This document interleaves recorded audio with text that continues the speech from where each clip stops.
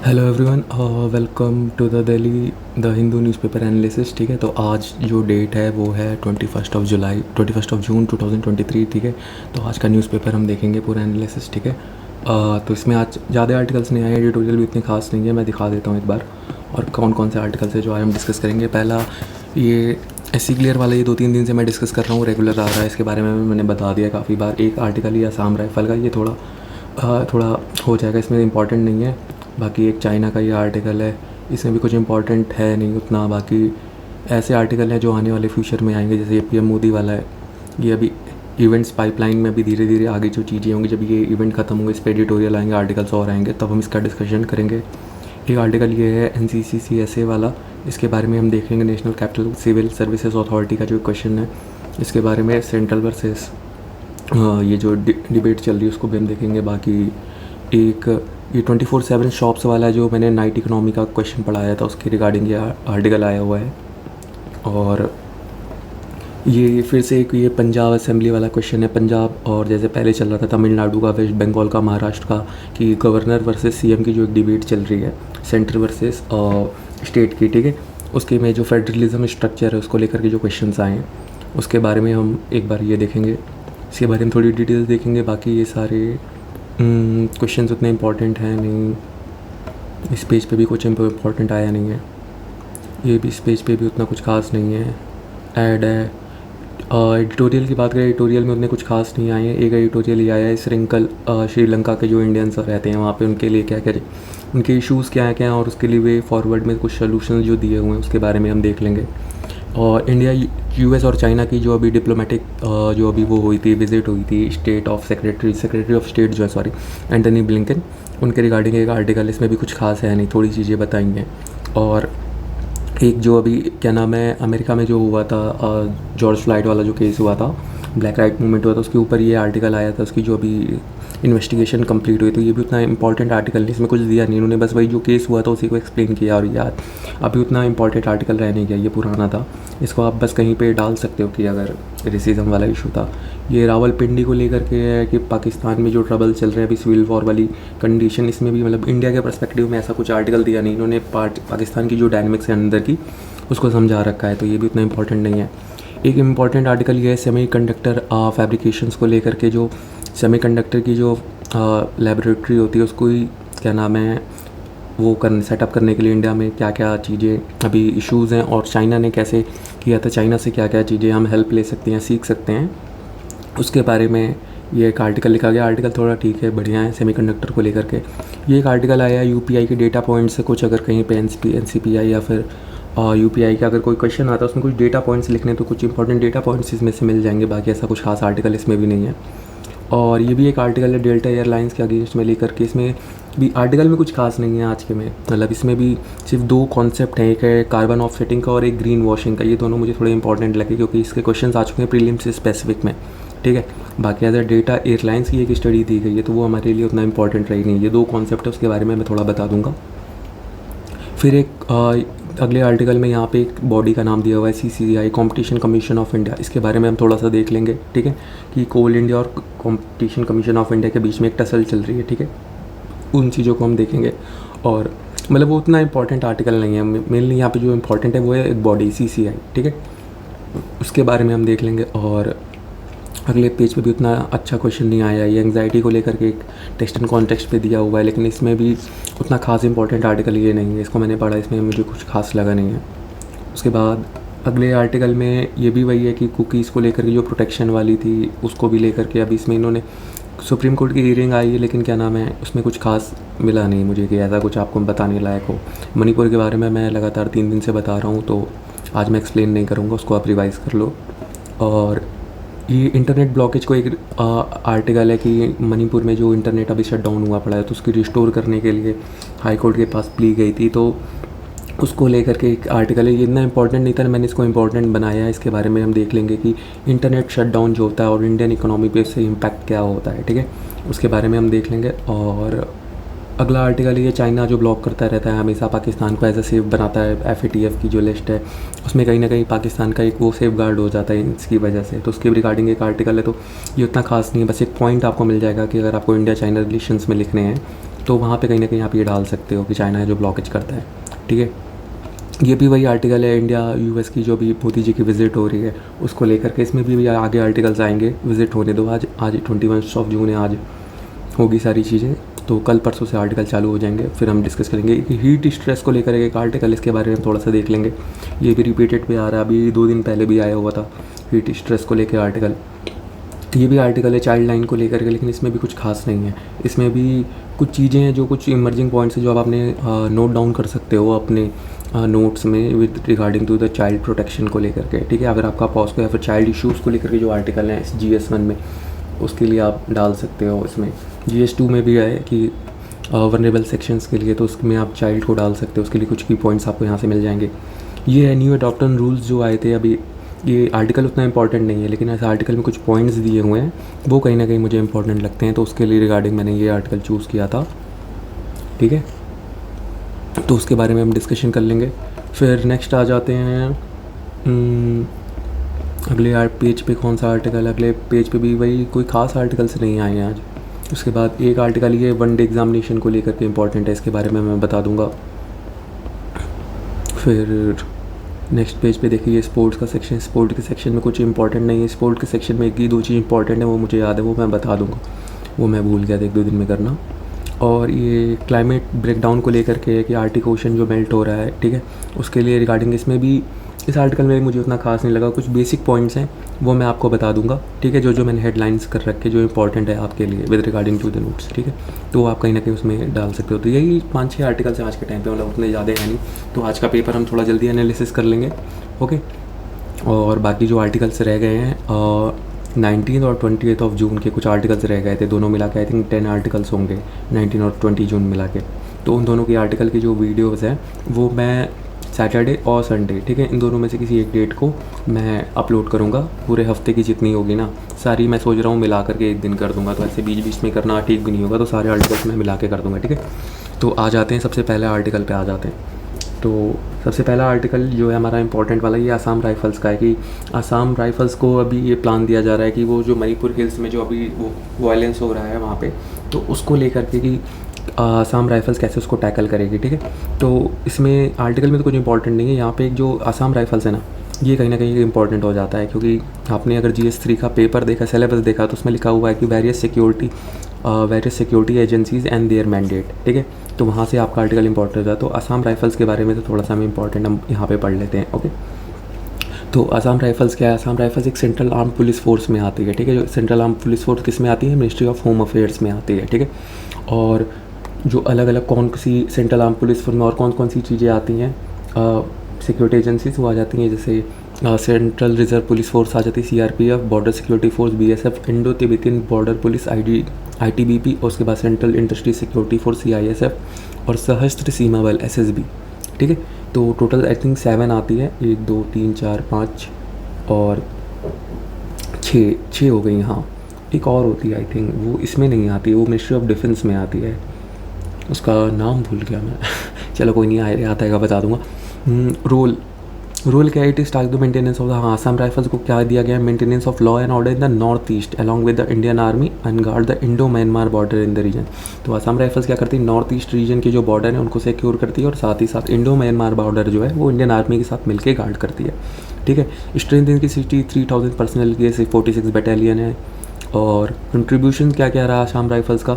तो सबसे oldest paramilitary force है, ठीक है। आसाम राइफल सबसे ओल्डेस्ट पैरामिलिट्री फोर्स है, जो कि 1835 में रेस की गई थी ब्रिटिश इंडिया में, ठीक है, विथ 750 मैंस।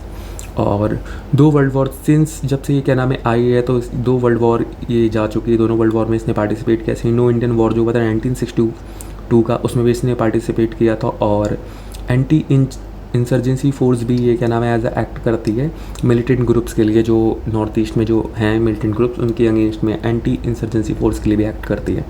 और जब वर्ल्ड वॉर 1 हुआ था, जो J4 थी आसाम राइफल्स, ठीक है, इसको 76 गैलेंट्री मेडल्स मिले थे, including 7 Indian order of merit awards और 5 इंडियन डिस्टिंग्विश्ड सर्विस मेडल्स, ठीक है, यूरोप में जो इसका कंट्रीब्यूशन रहा था उसके लिए और मिडिल ईस्ट के लिए। और जब सेकेंड वर्ल्ड वॉर हुआ था उसमें जब जापानीज़ का एडवांस हो रहा था 1942 में, तो आसाम राइफल्स ने बहुत सारे इंडिपेंडेंट एक्शंस लिए थे एनिमी के लिए, और जो रियर एरिया डिफेंस हुआ था और रियर गार्ड होते थे उनको कहीं ना कहीं उन्होंने ऑफ्टन गार्ड किया था, साथ में जो एलाइज जो थे उनको रिट्रीट करने के लिए इंडिया में, ठीक है। और Cachar levy raised as a militia to protect the British states and their settlement from the raids of the north east tribe, the force knows to be a Cachar levy. तो इसको कैशल लेवी बोला जाता था पहले। इनको मतलब जो सेटअप किया गया था, जो मेन पर्पस था ना इनिशियली जब 1875 में इसको ब्रिटिश इंडिया में इस्टेब्लिश किया गया था, तो इसका जो मेन पर्पस था वो था कहीं ना कहीं जो ब्रिटिश इंडिया के जो टी गार्डन्स थे ना, चाय बागान, उनको कहीं ना कहीं क्या नाम है वहाँ पे प्रोटेक्ट करने के लिए, जो वहाँ की नॉर्थ ईस्ट की जो ट्राइब्स थी उनसे। लेकिन धीरे धीरे फिर ये डेवलप होती गई और इसको उस टाइम पे कैशल लेवी बोलते थे। और अगला पॉइंट है असम फ्रंटियर फोर्स। इसको क्या नाम है बाद में एज ए रिकॉग्नाइज़ किया गया था असम फ्रंटियर फोर्स उसके रोल के लिए, क्योंकि और इसका जो रोल था उसको कहीं ना कहीं एक्सपेंड भी किया था बियॉन्ड आसाम बॉर्डर्स। पहले ये आसाम तक लिमिटेड थी, फिर इसको आसाम से एक्सपेंड करके पूरे नॉर्थ ईस्ट इंडिया में कर दिया गया था। फिर कंट्रीब्यूशन की बात करें तो इसका कंट्रीब्यूशन जो है रीजन के एडमिनिस्ट्रेशन और कॉमर्स में रहा है, तो इसीलिए इसको एक नाम भी दिया जाता है right of the civil and left arm of the military, ठीक है। Right arm of the civil administration and left arm of the military. तो अगर कहीं पे वन डे आ जाए एग्जामिनेशन में, यहाँ से यूपीएससी में तो नहीं आएगा बट वन डे एग्जामिनेशन में आ सकता है, which of the force is known as right arm of the civil and the left arm of the military. तो वहाँ पे आपको असम राइफल्स होगा, इसको याद रखना, ठीक है। पोस्ट इंडिपेंडेंस के बाद क्या क्या रोल रहा है, कॉन्वेक्शनल कॉम्बैक्ट रोल है कि पोस्ट इंडिपेंडेंस के बाद जो असम राइफल्स है उसको बहुत सारे रूल्स दिए गए हैं। कॉन्वेक्शनल कॉम्बैक्ट रोल से लेकर सिनो इंडिया वॉर में जो 1962 में इसने प्ले किया था, साथ ही साथ ये फॉरेन लैंड में भी एज अ क्या नाम है ऑपरेट कर चुकी है as a Indian peace keeping force के लिए श्रीलंका में 1987 में। ऑपरेशन का नाम था ऑपरेशन पवन, ठीक है। और साथ ही साथ इसका पीस कीपिंग रोल भी है नॉर्थ ईस्टर्न रीजन में। तो इसके तीनों रोल रहे हैं, मतलब कॉन्वेक्शनल कॉम्बैक्ट रोल रहा है सिनो इंडियन वॉर में, फिर इंडियन पीस कीपिंग फोर्स के लिए भी ये श्रीलंका में गई थी 1987 में, और इसका पीस कीपिंग रोल तो रहता है ये नॉर्थ ईस्टर्न रीजन में, ठीक है। और ये ऐसी पैरामिलिट्री फोर्सेज जो मोस्ट अवॉर्डेड है, ठीक है। मतलब इसको प्री और पोस्ट इंडियन सबसे ज़्यादा जो अवार्ड मिले अब तक आसाम राइफल्स को मिले हैं। इसको यूनिक क्या बनाता है, डुअल कंट्रोल स्ट्रक्चर। इसका डुअल कंट्रोल स्ट्रक्चर है, क्या नाम है, जिसका एडमिनिस्ट्रेटिव कंट्रोल जो है मिनिस्ट्री ऑफ होम अफेयर्स में है, लेकिन जो उसका ऑपरेशनल कंट्रोल होता है वो इंडियन आर्मी के पास होता है जो मिनिस्ट्री ऑफ डिफेंस में काम करती है। तो कहीं ना कहीं आसाम राइफल्स का जो कंट्रोल है वो डुअल कंट्रोल है, ठीक है। इसका मतलब जो सैलरीज और इंफ्रास्ट्रक्चर है वो पूरा ministry of home affairs provide करती है, लेकिन इसकी डिप्लॉयमेंट, पोस्टिंग, ट्रांसफ़र, डेप्यूटेशन जो है ये सब क्या नाम है डिसाइड करता है आर्मी, ठीक है। लेकिन सेंट्रल आर्म पुलिस फोर्स होने के बाद भी इसकी जो रिक्रूटमेंट, पर्क और जो पर्सनल रिटायरमेंट होती हैं, ये सारी चीज़ें जो रूल्स होती हैं ये क्या नाम है मिनिस्ट्री ऑफ होम अफेयर्स ही क्या नाम है पूरे चीज़ें डिसाइड करती है। और रैंक, इसमें जो सारी सीनियर रैंक्स होती हैं फ्रॉम DIG से लेके DG डायरेक्टर जनरल से लेके IG जो होते हैं, और जो sector headquarter manned by the officers of the army, जो आर्मी होते हैं वो सारे इसके जो क्या नाम सीनियर रैंक्स होते हैं वो कमांड करते हैं। और जो फोर्स होती है इसको कमांड करता है लेफ्टिनेंट जनरल जो होता है इंडियन आर्मी का, वो कमांड करता है। तो कहीं ना कहीं देख लो इसमें दोनों रोल आ रहा है, मिनिस्ट्री ऑफ डिफेंस का भी रोल आ रहा है इंडियन आर्मी का, और मिनिस्ट्री ऑफ होम अफेयर्स का भी है, ठीक है। On the lines of Indian army जो फोर्स है ये ओनली सेंट्रल पैरामिलिट्री फोर्स है रियल सेंस में, और उसकी ऑपरेशनल ड्यूटीज और on the lines of the Indian army, ठीक है। तो पैरामिलिट्री इसलिए बोलते हैं ना, पूरी तरीके से मिलिट्री नहीं, पैरामिलिट्री है, तो इसीलिए ये इसको एक ट्रू सेंस में ये बोला जा सकता है कि ये सेंट्रल पैरामिलिट्री फोर्स है, क्योंकि इसकी ऑपरेशनल ड्यूटीज़ जो है और रेजिमेंट ये इंडियन आर्मी के लाइंस पे होती हैं। इश्यूज़ क्या क्या हैं आसाम राइफल्स में, तो इसमें देख लेते हैं। इसमें सबसे पहला है 2 सेट्स ऑफ डिमांड, क्योंकि यहाँ पे 2 तरीके से डिमांड्स आती हैं आसाम राइफल्स के पास। एक तो आती है मिनिस्ट्री ऑफ होम अफेयर्स के पास से, और दूसरी आ जाती है मिनिस्ट्री ऑफ डिफेंस के हिसाब से, ठीक है। तो कहीं ना कहीं एक सिंगुलर कंट्रोल नहीं रहे इस फोर्स के ऊपर, ठीक है। तो कहीं ना कहीं दोनों मिनिस्ट्री की तरफ से अपने अपने इंस्ट्रक्शंस आते हैं। पर्क्स एंड बेनिफिट्स की अगर हम बात करें, a large section of within the force want to, एक बहुत सारी जो क्या नाम है अंदर का जो तबका है ना असम राइफल्स का, वो चाहता है मिनिस्ट्री ऑफ डिफेंस के अंडर के आने के लिए, कि जो उनकी रूल्स एंड रेगुलेशंस के अकॉर्डिंगली हम चलें, क्योंकि मिलिट्री में जो पर्क्स और बेनिफिट्स होते हैं ना वो कहीं ना कहीं बेटर होते हैं एज़ कम्पेयर टू ये सेंट्रल की, मतलब जो एडमिनिस्ट्रेशन जो रूल करता है उसके लिए। तो इसीलिए कहीं ना कहीं मतलब जो मेजर एक क्या नाम है अंदर के जो असम राइफल्स के जो वो हैं सोल्जर्स, वो कहीं ना कहीं ये चाहते हैं कि उनको कहीं ना कहीं मिनिस्ट्री ऑफ डिफेंस के जो रूल्स हैं मिलिट्री के लिए उसके अंडर में उनको गाइड किया जाए। रिटायरमेंट की अगर बात करें, आर्मी जो आर्मी पर्सनल होता है वो 35 पे रिटायर हो जाता है, लेकिन CF PF की जो एज है रिटायरमेंट की वो 60 है। तो कहीं ना कहीं ये इश्यूज़ आ जाता है। अगर वो पूरी गाइडेंस तो उनको आसाम राइफल्स को जो मिल रही है वो सारी चीज़ें, वो वर्क भी एज अ रूल जो रेगुलेशन है वो कर रहे हैं इंडियन मिलिट्री के हिसाब से, लेकिन कहीं ना कहीं उनकी जो रिटायरमेंट एज है वो अब वो 60 हो जा रही है, काम उनको पूरा आर्मी वाला ही करना पड़ रहा है, तो कहीं ना कहीं उनको एक्स्ट्रा जो 25 ईयर्स की जो सर्विंग देनी पड़ रही है, ये कहीं ना कहीं उनके लिए होता है। प्रमोशन की बात करें तो CAPF ऑफिसर जो है recently have grant non functional financial upgradation and effort to get at least financially adjust to issue the of stagnation their career due to the lack of avenues for promotion. तो CAPF को अभी क्या नाम है grant किया गया है, non functional financial upgradation भी दिया गया है, ताकि वो अपने जो फाइनेंशियली जो उनके इशूज़ हैं उनको कहीं ना कहीं क्या नाम है उसको एड्रेस कर सकें, ठीक है। और जो आर्मी पर्सनल है उनको 1 रैंक 1 पेंशन भी मिलती है, लेकिन वो CAPF के पर्सनल्स को अवेलेबल नहीं है, तो इसकी वजह से आसाम राइफल्स को वो चीज़ें भी नहीं मिल पाती हैं। नेशनल सिक्योरिटी की बात करें कि जो आर्मी है वो गार्ड करती है control of giving the control of the force of the ministry of और merging it with any others will confuse the force and jeopardise national security. तो अगर हम क्या नाम है ये जो नेशनल ये आसाम राइफल्स है इसका कंट्रोल अगर हम मिनिस्ट्री ऑफ होम अफेयर्स को दे देते हैं, तो जो आर्मी है, आर्मी का कहना ये है कि इसकी वजह से जो क्या नाम है जो नेशनल सिक्योरिटी है कहीं ना कहीं उसको लेकर के कहीं ना कहीं कन्फ्यूज़न आ जाएगी, और हमारी नेशनल सिक्योरिटी में कहीं ना कुछ चीज़ें लैक करेंगी, और कहीं ना कहीं उसको लेकर के हम जेपरडाइज कर सकते हैं। मतलब कहीं ना कहीं कुछ चीज़ें ऐसी हैं जो कहीं ना कहीं हमारी नेशनल सिक्योरिटी को लेकर के एज अ थ्रेट बन सकती हैं, अगर हम ये इसको मिनिस्ट्री ऑफ होम अफेयर्स में दे देते हैं या फिर इसको किसी और CAPF की जो फोर्स है उसमें अगर हम मर्ज करते हैं।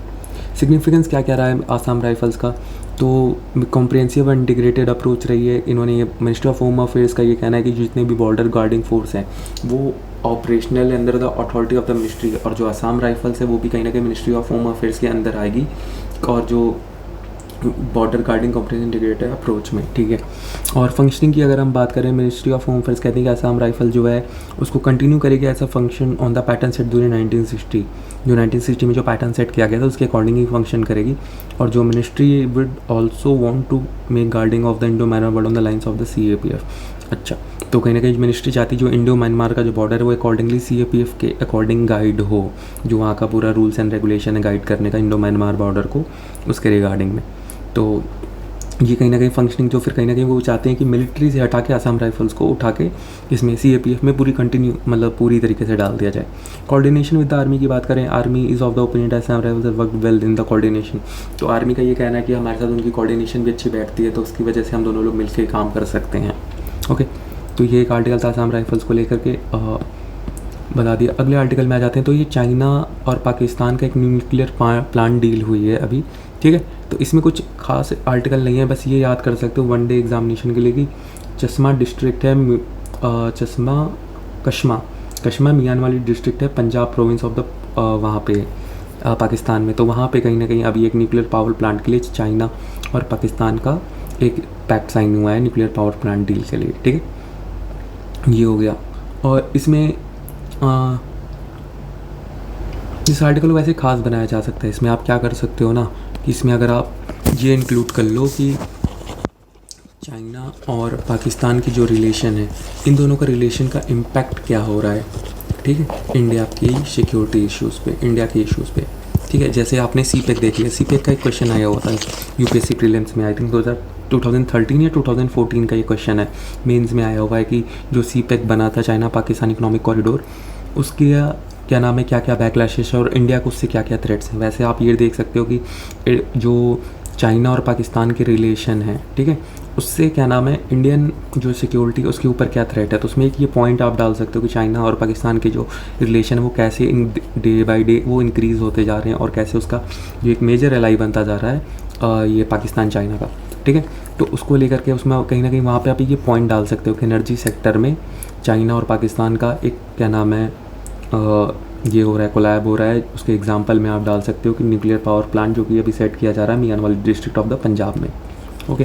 तो कहीं ना कहीं एक पॉइंट आपको उसमें मिल सकता है एनर्जी सेक्टर के लिए। बाकी इसको आप और इम्पॉर्टेंट, चलो इस मैंने उस टाइम इतना ध्यान नहीं दिया था इस पर, इसके रिगार्डिंग मैं नोट्स होगी तो मैं खुद बना के आपको दे दूँगा। फिर अगला आर्टिकल क्या है, अगला आर्टिकल ये क्या है कि क्या नाम है अभी दिल्ली के जो CM हैं अरविंद केजरीवाल, उनका ये कहना है कि जो NCCS है वो सेंटर की एक कॉन्स्पिरेसी है कि क्या नाम है to control the Delhi by the self, ठीक है। तो NCCSA के बारे में हम थोड़ा सा जान लेते हैं। NCCSA का जो फुल फॉर्म है ना वो है national capital civil services authority, ठीक है। तो इसके बारे में इनकी बैकलैशेस ये दे रहे हैं कि ये ऐसी ऐसी चीज़ें हैं, सेंट्रल ऐसा कंट्रोल कर रही है स्टेट लेजिस्लेचर को क्या नाम है कहीं ना कहीं इग्नोर किया जा रहा है, तो उस चीज़ों के लिए तो इसमें हम थोड़ा पढ़ लेते हैं कि ये है क्या पूरा। ठीक है, तो आर्टिकल 239 ए जो है कॉन्स्टिट्यूशन का, वो कहीं नहीं ऐड किया गया था 69 आर्टिकल 26 ये आर्टिकल 239 जो ए है, इसको कहीं ना कहीं इंसर्ट किया था गया कॉन्स्टिट्यूशन में by the 69th constitutional amendment act, ठीक है, 1991।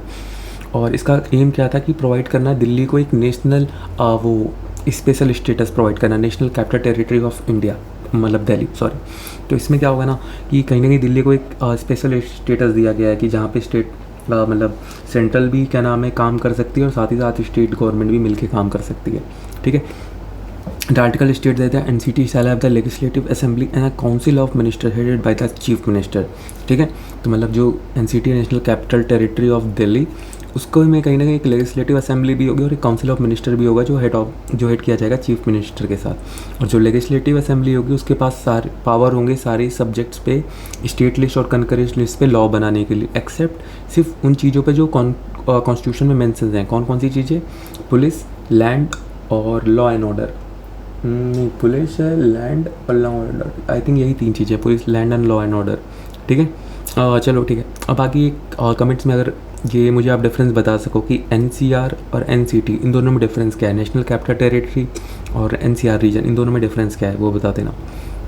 और जो काउंसिल ऑफ मिनिस्टर होंगे वो रिस्पॉन्सिबल होंगे कलेक्टिवली क्या नाम है लेजिस्लेटिव असेंबली को। ठीक है, और वह इंटरप्रिटेशन क्या क्या निकाला गया 239 ए का सुप्रीम कोर्ट के, जो सुप्रीम कोर्ट ने जो निकाला इंटरप्रिटेशन, जो सुप्रीम कोर्ट ने ये कहा है कि जो दिल्ली गवर्नमेंट है कि उसके पास पावर है लॉज बनाने के लिए और एडमिनिस्ट्रेशन करने के लिए सिविल सर्विसेज का इन द नेशनल कैपिटल। और साथ ही साथ कोर्ट ने ये लिमिट भी किया था कि जो रोल लेफ्टिनेंट गवर्नर का ओवर द ब्यूरोक्रेट, मतलब over the civil administration in Delhi, ठीक है, वो कहीं ना कहीं कैपिटल में 3 स्पेसिफिक एरियाज़ में, कहाँ पे, पब्लिक ऑर्डर, पुलिस और लैंड। ठीक है, पब्लिक ऑर्डर, पुलिस और लैंड, इन तीनों में कहीं ना कहीं ये लेफ्टिनेंट गवर्नर का लिमिटेड रोल है, मतलब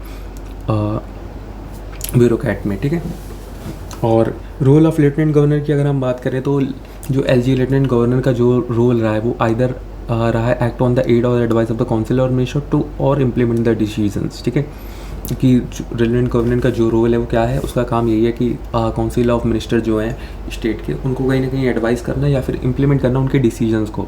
और कोर्ट ने ये भी क्लैरिफाई किया है जो लेफ्टिनेंट गवर्नर है ना, वो इस तरीके से नहीं एक्ट, मैकेनिकल मैनर में एक्ट नहीं करना चाहिए, और साथ ही साथ जो एवरी डिसीजन है काउंसिल ऑफ मिनिस्टर्स का उसको प्रेसिडेंट को रेफर करना चाहिए। For every decision court the president. Executive power की बात करें तो एग्जीक्यूटिव पावर जो है वो लाइज करती है क्या नाम है दिल्ली गवर्नमेंट के पास, except for the police, land on public order. इन 3 चीज़ों को छोड़ के जो पूरी एग्जीक्यूटिव पावर है ना वो कहीं ना कहीं स्टेट गवर्नमेंट के पास है, दिल्ली गवर्नमेंट के पास। और कोर्ट ने ये भी हेल्ड किया कि जो एलजी है उसके पास इंडिपेंडेंट डिसीजन मेकिंग पावर नहीं है, और उनको कहीं ना कहीं उसको जो एक्ट करना होगा ना वो एड और एडवाइस पे करना होगा काउंसिल ऑफ मिनिस्टर के। ठीक है, subject to the sound rational. ऐसा नहीं है कि काउंसिल ऑफ मिनिस्टर कुछ भी एडवाइस दे रहे हैं वो ये रैशनल एडवाइस है या फिर मतलब लॉजिकल नहीं है या फिर अनकॉन्स्टिट्यूशनल एडवाइस है, तो उन चीज़ों को फॉलो नहीं करना है। आपको उन चीज़ों को एड एंड एडवाइस पे वर्क करना है जो कि रैशनल साउंड करे according to the provision of the constitution हो। ठीक है, फिर लेजिस्लेटिव पावर की बात करें, जो कोर्ट है उसने क्लैरिफाई किया जो लेजिस्लेटिव असेंबली ऑफ दिल्ली है उसके पास पावर है to make laws on the subject in the concurrent list but the 3 exclusive subject list in the state list. तो स्टेट लिस्ट और कंकरेंट लिस्ट में जितने भी सब्जेक्ट हैं उन सब पे स्टेट गवर्नमेंट लॉ बना सकती है एक्सेप्ट ऑन द 3। कौन कौन से? पब्लिक ऑर्डर, पुलिस और लैंड। ठीक है, और कॉन्सेप्ट ऑफ फेडरलिज्म की बात करें तो कोर्ट ने ये भी रिकॉग्नाइज़ किया कि जो कॉन्सेप्ट ऑफ फेडरलिज्म है वो कहीं ना कहीं दिल्ली पे अप्लाई करता है, भले उसको स्टेट का स्टेटस नहीं दिया गया है। ठीक है, उन्होंने ये भी एम्फेसिस किया है कि जो इंपॉर्टेंस है फेडरल कॉरपोरेशन का और साथ ही साथ जो स्पेशल स्टेटस दिया गया है दिल्ली को वो कहीं ना कहीं 239 आर्टिकल जो है 239 ए उसमें कहीं ना कहीं उसको हमें एक्नॉलेज करना पड़ेगा और उसकी हमें कहीं ना कहीं एक तरीके से बोलो तो इज्जत करनी पड़ेगी।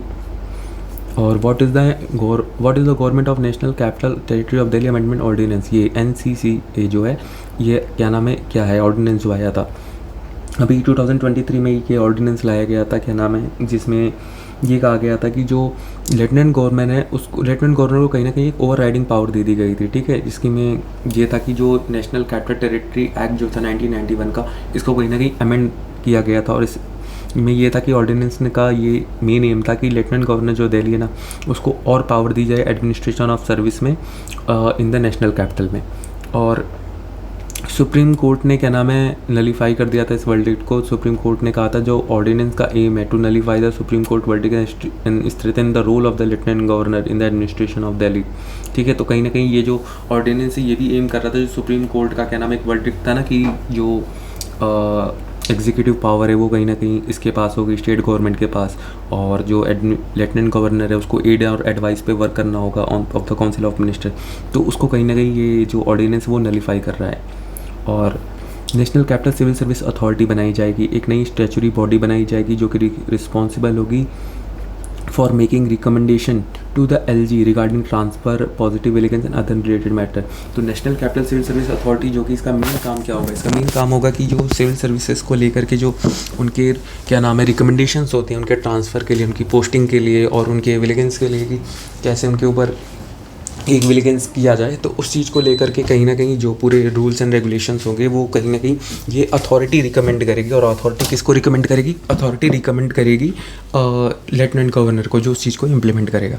और ये जो क्या नाम है ऑर्डिनेंस ये कहीं ना कहीं वॉलेट करता है प्रिंसिपल ऑफ फेडरलिज्म को, क्योंकि ये जो मोर पावर है ना वो कहीं ना कहीं एलजी को दे रहा है, और जाकि जो इलेक्टेड गवर्नमेंट है कहीं ना कहीं उसको आप साइड लाइन कर रहे हो, ठीक है, जिसको लोगों ने चूज़ किया है। तो जो कॉन्सेप्ट ऑफ फेडरलिज्म है वो कहीं ना कहीं यहाँ पे वॉलेट हो रहा है। उसके बाद अनडेमोक्रेटिक बोला गया है कि जैसे अगर क्या नाम है एलजी को मोर पावर दी जाएगी than the elected representative of the people, तो ये कहीं ना कहीं अनडेमोक्रेटिक हो जाएगा। कहीं ना कहीं एक सेंट्रल गवर्नमेंट एक ऐसे इंसान को दे रही जो अपॉइंटेड है, और साथ ही जो इलेक्टेड गवर्नमेंट है जिसको लोगों ने चूज़ किया है वो कहीं ना कहीं यहाँ पे साइड लाइन हो रहा है, ठीक है। और प्रोविजंस क्या क्या है नेशनल कैपिटल सर्विस अथॉरिटी के, जिसका भी इस आर्टिकल में जिक्र किया गया था, उसके बारे में जान लेते हैं। National capital civil service authority जो इसमें कौन कौन होगा, इसमें होगा चीफ मिनिस्टर ऑफ दिल्ली होंगे, चीफ सेक्रेटरी होंगे और प्रिंसिपल सेक्रेटरी होंगे होम डिपार्टमेंट के, ठीक है।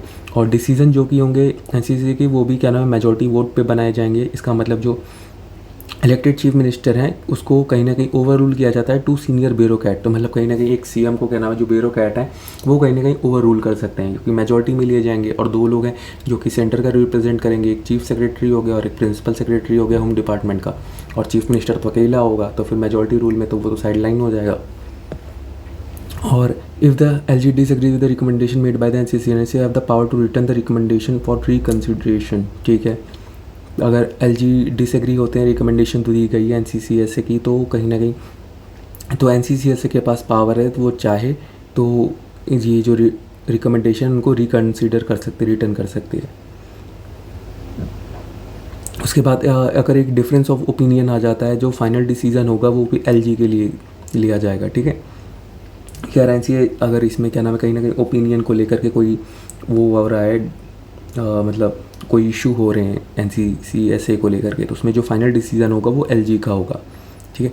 और does the ordinance goes against the supreme court judgement, तो ऑर्डिनेंस जो है ये बेस्ड है क्या नाम है आर्गूमेंट में that supreme court had itself acknowledge the superior authority of the parliament to make law the national, ठीक है।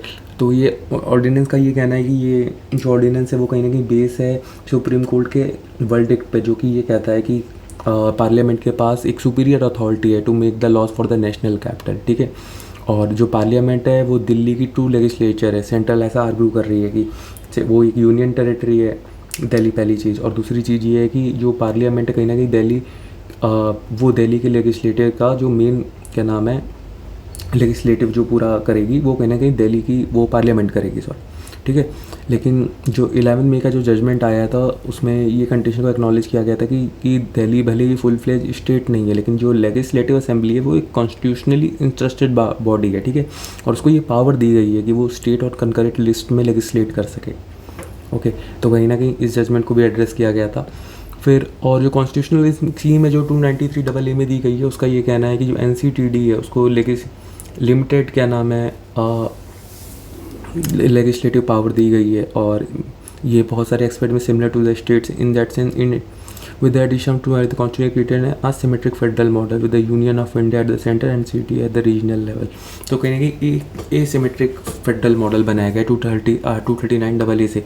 239 में क्या होता है एसिमेट्रिक फेडरलिज्म क्या होता है, देखो तो दो तरीके का फेडरलिज्म होता है, एक होता है सिमेट्रिक फेडरलिज्म और एक होता है असिमेट्रिक फेडरलिज्म। सिमेट्रिक फेडरलिज्म क्या होगा जी कि जितने जो फेडरल जो क्या नाम है स्टेट्स हैं, ठीक है, उनके बीच में, सबके बीच में सिमिलर पावर डिस्ट्रीब्यूट की जाए कि मतलब यूपी को सेम पावर है, महाराष्ट्र को भी सेम पावर हो, असम को भी सेम पावर हो, सबको सेम पावर, जितने भी स्टेट्स हैं।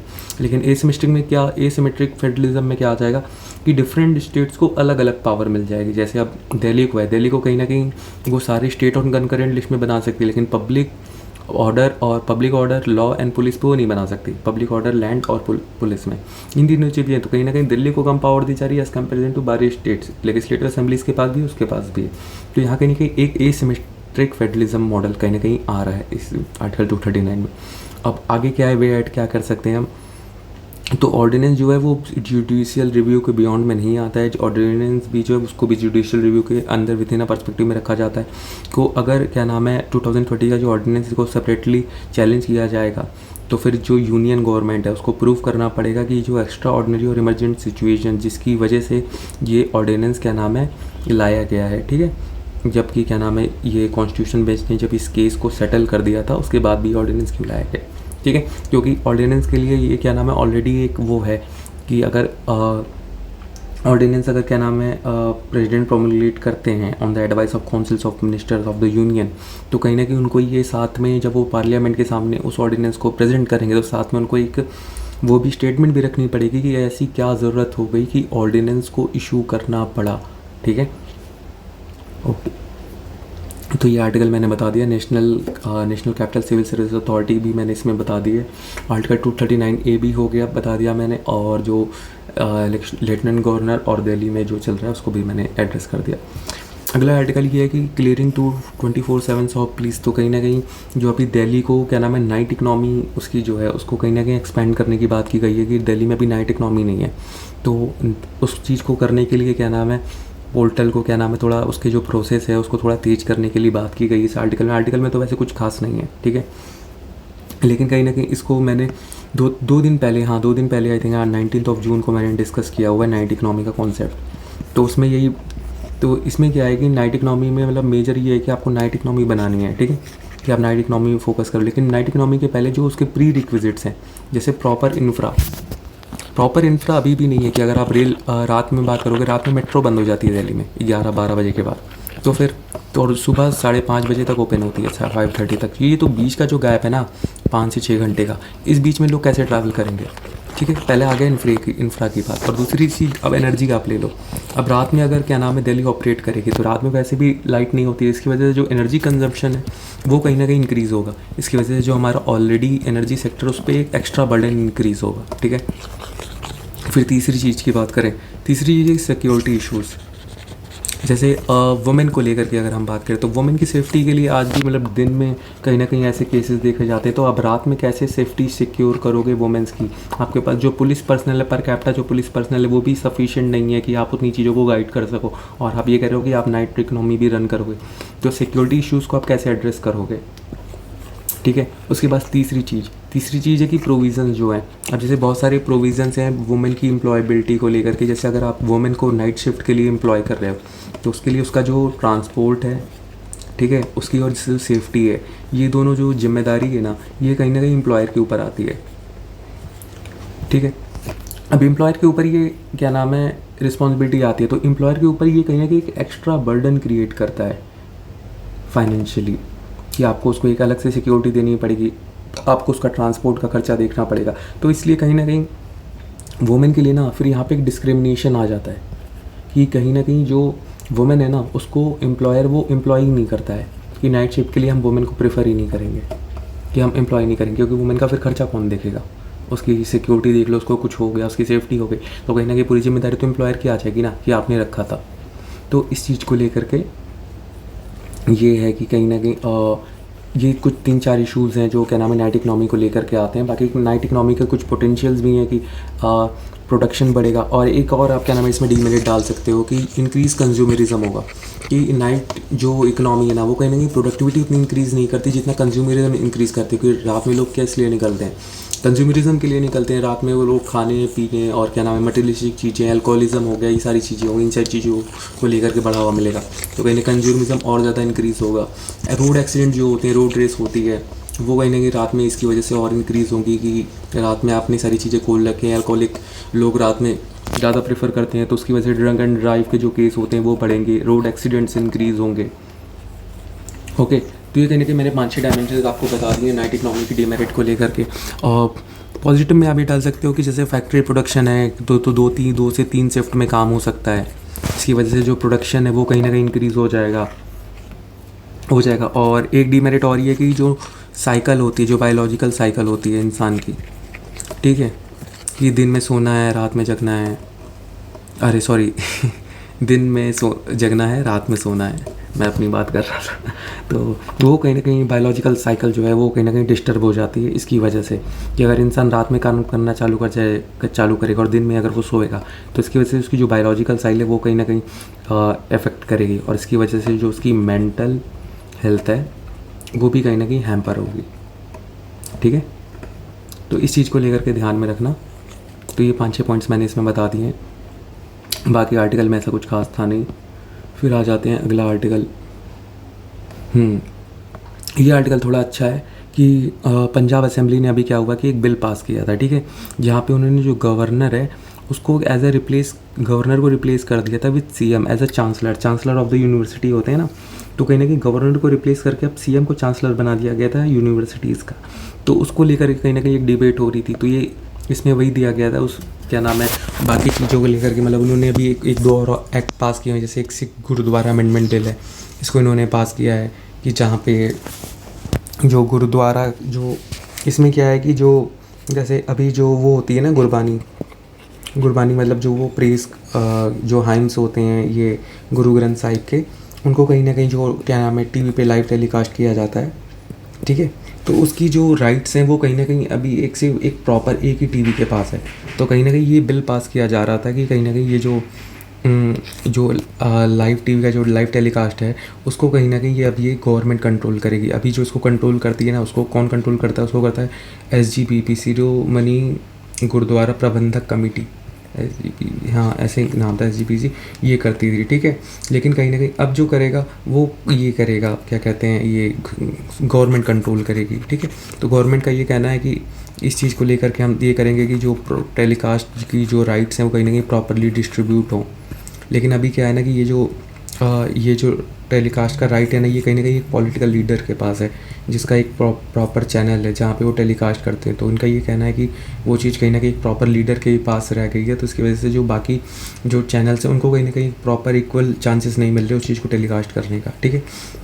और जो शिरोमणि गुरुद्वारा प्रबंधक कमेटी है, इसका कहना ये है कि इन्होंने ये जो गुरबानी ये कहने कि रिलीजियस नेचर का, इसको आप पॉलिटिसाइज़ कर रहे हो इस चीज़ को लाइव टेलीकास्ट के मामले में, ठीक है। तो ये कहीं ना कहीं दोनों के बीच में एक वो चल रही टसल चल रही है इस चीज़ को लेकर के। तो मेन जो है ना यहाँ पे हम ये देखेंगे, ये जो मेन टॉपिक यहाँ पे दिया हुआ है कि गवर्नर को रिप्लेस किया जा रहा है with CM as a chancellor. तो ये कहीं ना कहीं जो एक फेडरलिज्म वाला इशू है ना, जैसे अभी दिल्ली वाला हमने देखा कि लेफ्टिनेंट गवर्नर को मोर पावर दी जा रही थी वर्सेस CM ऑफ दिल्ली, तो यहाँ पे भी कहीं ना कहीं वो है कि स्टेट गवर्नमेंट और इसके बीच में जो ये सेंटर है, ठीक है, सेंटर का जो रिप्रेजेंटेटिव है गवर्नर, उसके बीच में कहीं ना कहीं ये प्रॉब्लम हमेशा से रही है। तो उस चीज़ को लेकर के हम पूरा देखते हैं कि फेडरल इशूज़ में कैसे जो प्रॉब्लम हो रही है, ठीक है। सबसे पहला कि गवर्नर रिलेट कैसे होता है स्टेट से। तो गवर्नर क्या नाम है, एक नॉमिनल हेड होता है, ठीक है, जो स्टेट का, और जो रियल पावर होती है वो चीफ मिनिस्टर के पास होती है। Chief minister real head of the state होता है और जो गवर्नर होता है वो nominal head of the state होता है। जैसे प्रेसिडेंट ऑफ इंडिया एक इलेक्टेड होता है, गवर्नर जो होता है वो selected by the central government होता है। तो governor is not elected, governor is selected by the central government. और जो गवर्नर होता है वो एजेंट होता है सेंट्रल गवर्नमेंट का। तो गवर्नर के पास 2 चीज़ें होती हैं, वो इंडिपेंडेंट कॉन्स्टिट्यूशनल बॉडी भी है और साथ ही साथ वो एज ए एजेंट भी काम करता है सेंट्रल गवर्नमेंट का, ठीक है। Governor is the constitutional head of the state as well as the vital link between the union and the state government, ठीक है। और डिस्क्रिशनरी पावर क्या क्या होती हैं गवर्नर के पास, तो आर्टिकल 163 ये कहता है कि जो काउंसिल ऑफ मिनिस्टर्स हैं विद चीफ मिनिस्टर, इनको एड और एडवाइस पे काम करना पड़ेगा गवर्नर के, ठीक है। इन एक्सरसाइज में except discretion granted by the constitution. If any question arises whether a matter is within the governor discretion और not, the governor decision shall be final. कि अगर कोई क्वेश्चन आता है कि within the governor discretion के अंदर ये चीज़ आती है कि नहीं आती है, ठीक है, तो वो चीज़ उसमें जो डिसीजन होगा ना वो गवर्नर का खुद का ही होगा कि मेरे डिस्क्रिशन में है कि नहीं। और द डिस्क्रिशनरी पावर जो होती है गवर्नर की है ना, वो वाइडर है एज दैट ऑफ प्रेसिडेंट, मतलब दोनों ही कॉन्स्टिट्यूशनल पोस्ट है, दोनों के पास ही कॉन्स्टिट्यूशनल और सिचुएशनल डिस्क्रिशनरी पावर है। लेकिन जो प्रेसिडेंट है उसको कहीं ना कहीं सिर्फ एक क्या नाम है सिचुएशनल डिस्क्रिशन मिलता है, लेकिन जो गवर्नर है उसके पास कॉन्स्टिट्यूशनल डिस्क्रिशन भी मिली हुई है। ठीक है, अब कॉन्स्टिट्यूशनल डिस्क्रिशनरी पावर क्या क्या है गवर्नर की, तो आर्टिकल 167 कहता है जो गवर्नर है वो चीफ मिनिस्टर से क्या नाम है वो ले सकता है, इंफॉर्मेशन ले सकता है with regard to the state administration and legislative matters की, मतलब क्या क्या लेजिस्लेट आप कर रहे हो, कौन कौन से बिल्स लाने वाले हो, स्टेट का एडमिनिस्ट्रेशन क्या चल रहा है, पुलिस कैसी चल रही है, अफेयर्स क्या क्या एडमिनिस्ट्रेशन की, उन चीज़ को लेकर जो इन्फॉर्मेशन है वो कहीं ना कहीं गवर्नर चीफ मिनिस्टर से मांग सकता है। और आर्टिकल 200 क्या कहता है कि जो गवर्नर है वो एक बिल को रिजर्व कर सकता है फॉर द प्रेसिडेंट कंसिडरेशन, कि अगर कोई स्टेट लेजिस्लेटिव असेंबली का कोई बिल है, ठीक है, तो प्रेसिडेंट उसको कंसिडरेंट खुद ना दे करके उसको प्रेसिडेंट के लिए चाहे तो रिजर्व कर सकता है। ओके, आर्टिकल 356 क्या कहता है, आर्टिकल 356 कहता है कि जो गवर्नर है वो चाहे तो रिकमेंड कर सकता है प्रेसिडेंट रूल, क्या नाम है, प्रेसिडेंट को रिकमेंड कर सकता है प्रेसिडेंट रूल के लिए on the failure of constitutional machinery, अगर स्टेट में कॉन्स्टिट्यूशनल मशीनरी फेल हो जाती है तो वहाँ पे गवर्नर चाहे तो प्रेसिडेंट को ये बोल सकता है कि आप स्टेट में प्रेसिडेंट रूल लगा दो। ठीक है, और गवर्नर जो बाउंड नहीं होता on the act of aid and advice of the CM and the council of minister while performing his duties as the administrator of neighbouring union territory in the case of additional charge. जैसे अगर एक governor है उसको अगर 2 जगह का charge दे दिया गया, जैसे यूपी की थी नाम क्या था उनका मैं भूल गया, तो उनको बीच में दोनों स्टेट के दिए गए थे, यूपी और मध्य प्रदेश दोनों का उनको दिया गया था। ठीक है, तो ऐसे बहुत बार होता है कि एक गवर्नर जो होता है उसको क्या नाम है 2 स्टेट का दिया गया होता है, तो अगर एक जैसे अगर यूपी के गवर्नर को मध्य प्रदेश का भी दे दिया गया, तो जब वो मध्य प्रदेश की चीज़ों को देखेंगे तो वहाँ पे यूपी की जो एड एंड काउंसिल हैं तो उनका कहने की एड एंड एडवाइस वहाँ पे मैटर नहीं करेगी। ठीक है, या फिर अगर मान लो कोई एक गवर्नर है महाराष्ट्र की, ठीक है, उसको अगर क्या नाम है दमन एंड दीव का दे दिया गया, वो यूनियन टेरिटरी है, ठीक है, लेकिन उसका अगर कंट्रोल उसको दिया जा रहा है तो उस टाइम पे वहाँ की रूल्स एंड रेगुलेशन के लिए क्या नाम है महाराष्ट्र महाराष्ट्र की जो काउंसिल ऑफ मिनिस्टर है उसकी एड एंड एडवाइस की ज़रूरत नहीं पड़ेगी गवर्नर को। ठीक है, अब 6 शेड्यूल की बात कर लेते हैं। गवर्नर जो है वो कहीं ना कहीं ये डिटरमाइन कर सकता है कि कितना अमाउंट जो है वो ऑटोनॉमस ट्राइबल डिस्ट्रिक्ट काउंसिल को देना पड़ेगा as a royalty from the mineral exploration licence, जो कि गवर्नमेंट को 6 शेड्यूल में दिए गए हैं। ठीक है, गवर्नमेंट के 6 शेड्यूल में कौन कौन से एरियाज आते हैं, 3 है, AMMT, ठीक है, आसाम, मेघालय, मिजोरम, त्रिपुरा। ठीक है, ऐसे याद कर लेना AMMT। ठीक है, और ये ऐसे आर्क बनता है, जैसे आसाम है, फिर मेघालय, फिर ये त्रिपुरा और मिजोरम। ठीक है, तो ऐसे देखोगे ना, जैसे चांद सा क्रिशेंट शेप ले लेता है, तो वैसे मैंने याद किया था, तो वैसे आप भी याद कर सकते हो कौन कौन से आते हैं, तो क्रिशेंट शेप वैसे आसाम, फिर नीचे मेघालय, फिर त्रिपुरा, फिर बगल में मिजोरम। अब सिचुएशनल डिस्क्रिशनरी पावर कौन कौन सी है, तो जैसे ड्यूरिंग हंग असेंबली, जब हंग असेंबली होती है तो गवर्नर किसी भी क्या नाम है चीफ मिनिस्टर को अपॉइंट कर सकता है जब क्लियर मेजॉरिटी ना हो किसी की भी।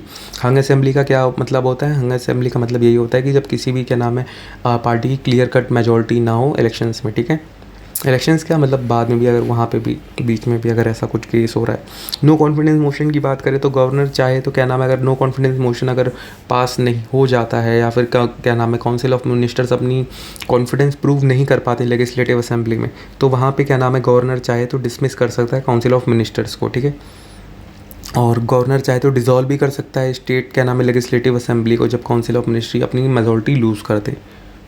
फिर appointment of care taker government चाहे तो क्या नाम है केयर टेकर गवर्नमेंट को भी अपॉइंट कर सकती है टेम्परेरी पीरियड के लिए, जब तक एक रेगुलर गवर्नमेंट जो कि मेजॉरिटी इलेक्टेड हो वो कहीं ना कहीं अगर जब तक क्या नाम है अपॉइंट नहीं हो रही तब तक एक केयर टेकर गवर्नमेंट वो अपॉइंट कर सकता है कि किसी को भी वो ऑप्शन दे सकता है कि वो आकर के गवर्नमेंट चलाए किसी भी एक उसमें पार्टी को इन the state legislative assembly. Special provision क्या क्या है स्टेट्स को लेकर के, जो प्रेसिडेंट चाहे तो प्रोवाइड कर सकता है स्पेशल रिस्पॉन्सिबिलिटी गवर्नर को for the separate development board for the Vidarbha, Marathwada, Saurashtra, Kutch as for the article 371। हाँ, तो ये आर्टिकल 371 में कुछ स्टेट्स को लेकर के सेपरेट रिस्पॉन्सिबिलिटी दी जाती है गवर्नर को उन एरिया को डेवलप करने के लिए। जैसे एग्जाम्पल में आ जाता है आपका विदर्भा, मराठवाड़ा, सौराष्ट्र रीजन और कच्छ रीजन। ठीक है, इश्यूज़ क्या क्या अभी चल रहे हैं गवर्नर और चीफ मिनिस्टर को लेकर के। वैसे वेस्ट बंगाल है, वेस्ट बंगाल के जो गवर्नर थे धनखड़ थे ना, इनको एक्यूज़ किया गया था of summoning chief secretary and director general of police on regular basis. When they do not turn up he take up the matter to Twitter after tagging the chief minister. और mister डंकर आर्को has been run with the assembly speaker Bhimran Banerjee resided on the premise of the State Assembly. He had withheld assent to the Howrah Municipal Corporation Amendment Bill, delaying polls to the civic body. He has made allegations to the improperly welfare scheme the question the government claims about the investment in the state. तो कहीं ना कहीं ये बीच में एक tussle चल रही थी वेस्ट बंगाल में लेकर के कि जहाँ पे जो गवर्नर थे, क्या नाम है, धनकर, तो वो कहीं ना कहीं उनका मेन इशू ये हो रहा था कि वो जब चीफ सेक्रेटरी को बुला रहे थे या फिर डीजीपी जो थे पुलिस के, उनको जब वो कॉल करते थे वो कहीं ना कहीं वो आते नहीं थे। तो कहीं ना कहीं रेगुलर बेसिस पे उनको क्या नाम है बुलाया जाता था गवर्नर के थ्रू एक तरीके से। तो उस चीज़ को लेकर के कहीं ना कहीं एक इशू हो रहा था, और अगर वो नहीं आते थे तो कहीं ना कहीं उसको फिर ट्विटर पे टैग करा जाता था चीफ मिनिस्टर को लेकर के, और ऐसे मतलब चीफ मिनिस्टर को टैग करके ये बातें बोली जाती थी कि वो ऐसे काम नहीं कर रहे हैं, ये सारी चीज़ों को लेकर के। और ये भी बोला गया कि जो चीफ मिनिस्टर थे गवर्नर थे, इन्होंने क्या नाम है Howrah municipal corporation amendment bill था ये, इसको भी क्या नाम है असेंट नहीं दिया था। तो इसकी वजह से जो सिविक पोल्स होने वाले थे वहाँ पे वो कहीं ना कहीं अच्छी म्यूनसिपाल्टी के वो नहीं हो पाए थे। उसके बाद एलिगेशन पे ये भी लगे थे कि जो वेलफेयर स्कीम्स थी ना और जो गवर्नमेंट के क्लेम है इन्वेस्टमेंट में, वो कहीं ना कहीं गवर्नमेंट जो है स्टेट गवर्नमेंट वो अच्छे से कहीं ना कहीं मैनेज नहीं कर रही है। उस चीज़ को लेकर के भी क्लेम लगाए हुए थे। तो कहीं नहीं आपस में क्या नाम है गवर्नर और जो सीएम थे उनके बीच में आपस की टसल चल रही थी।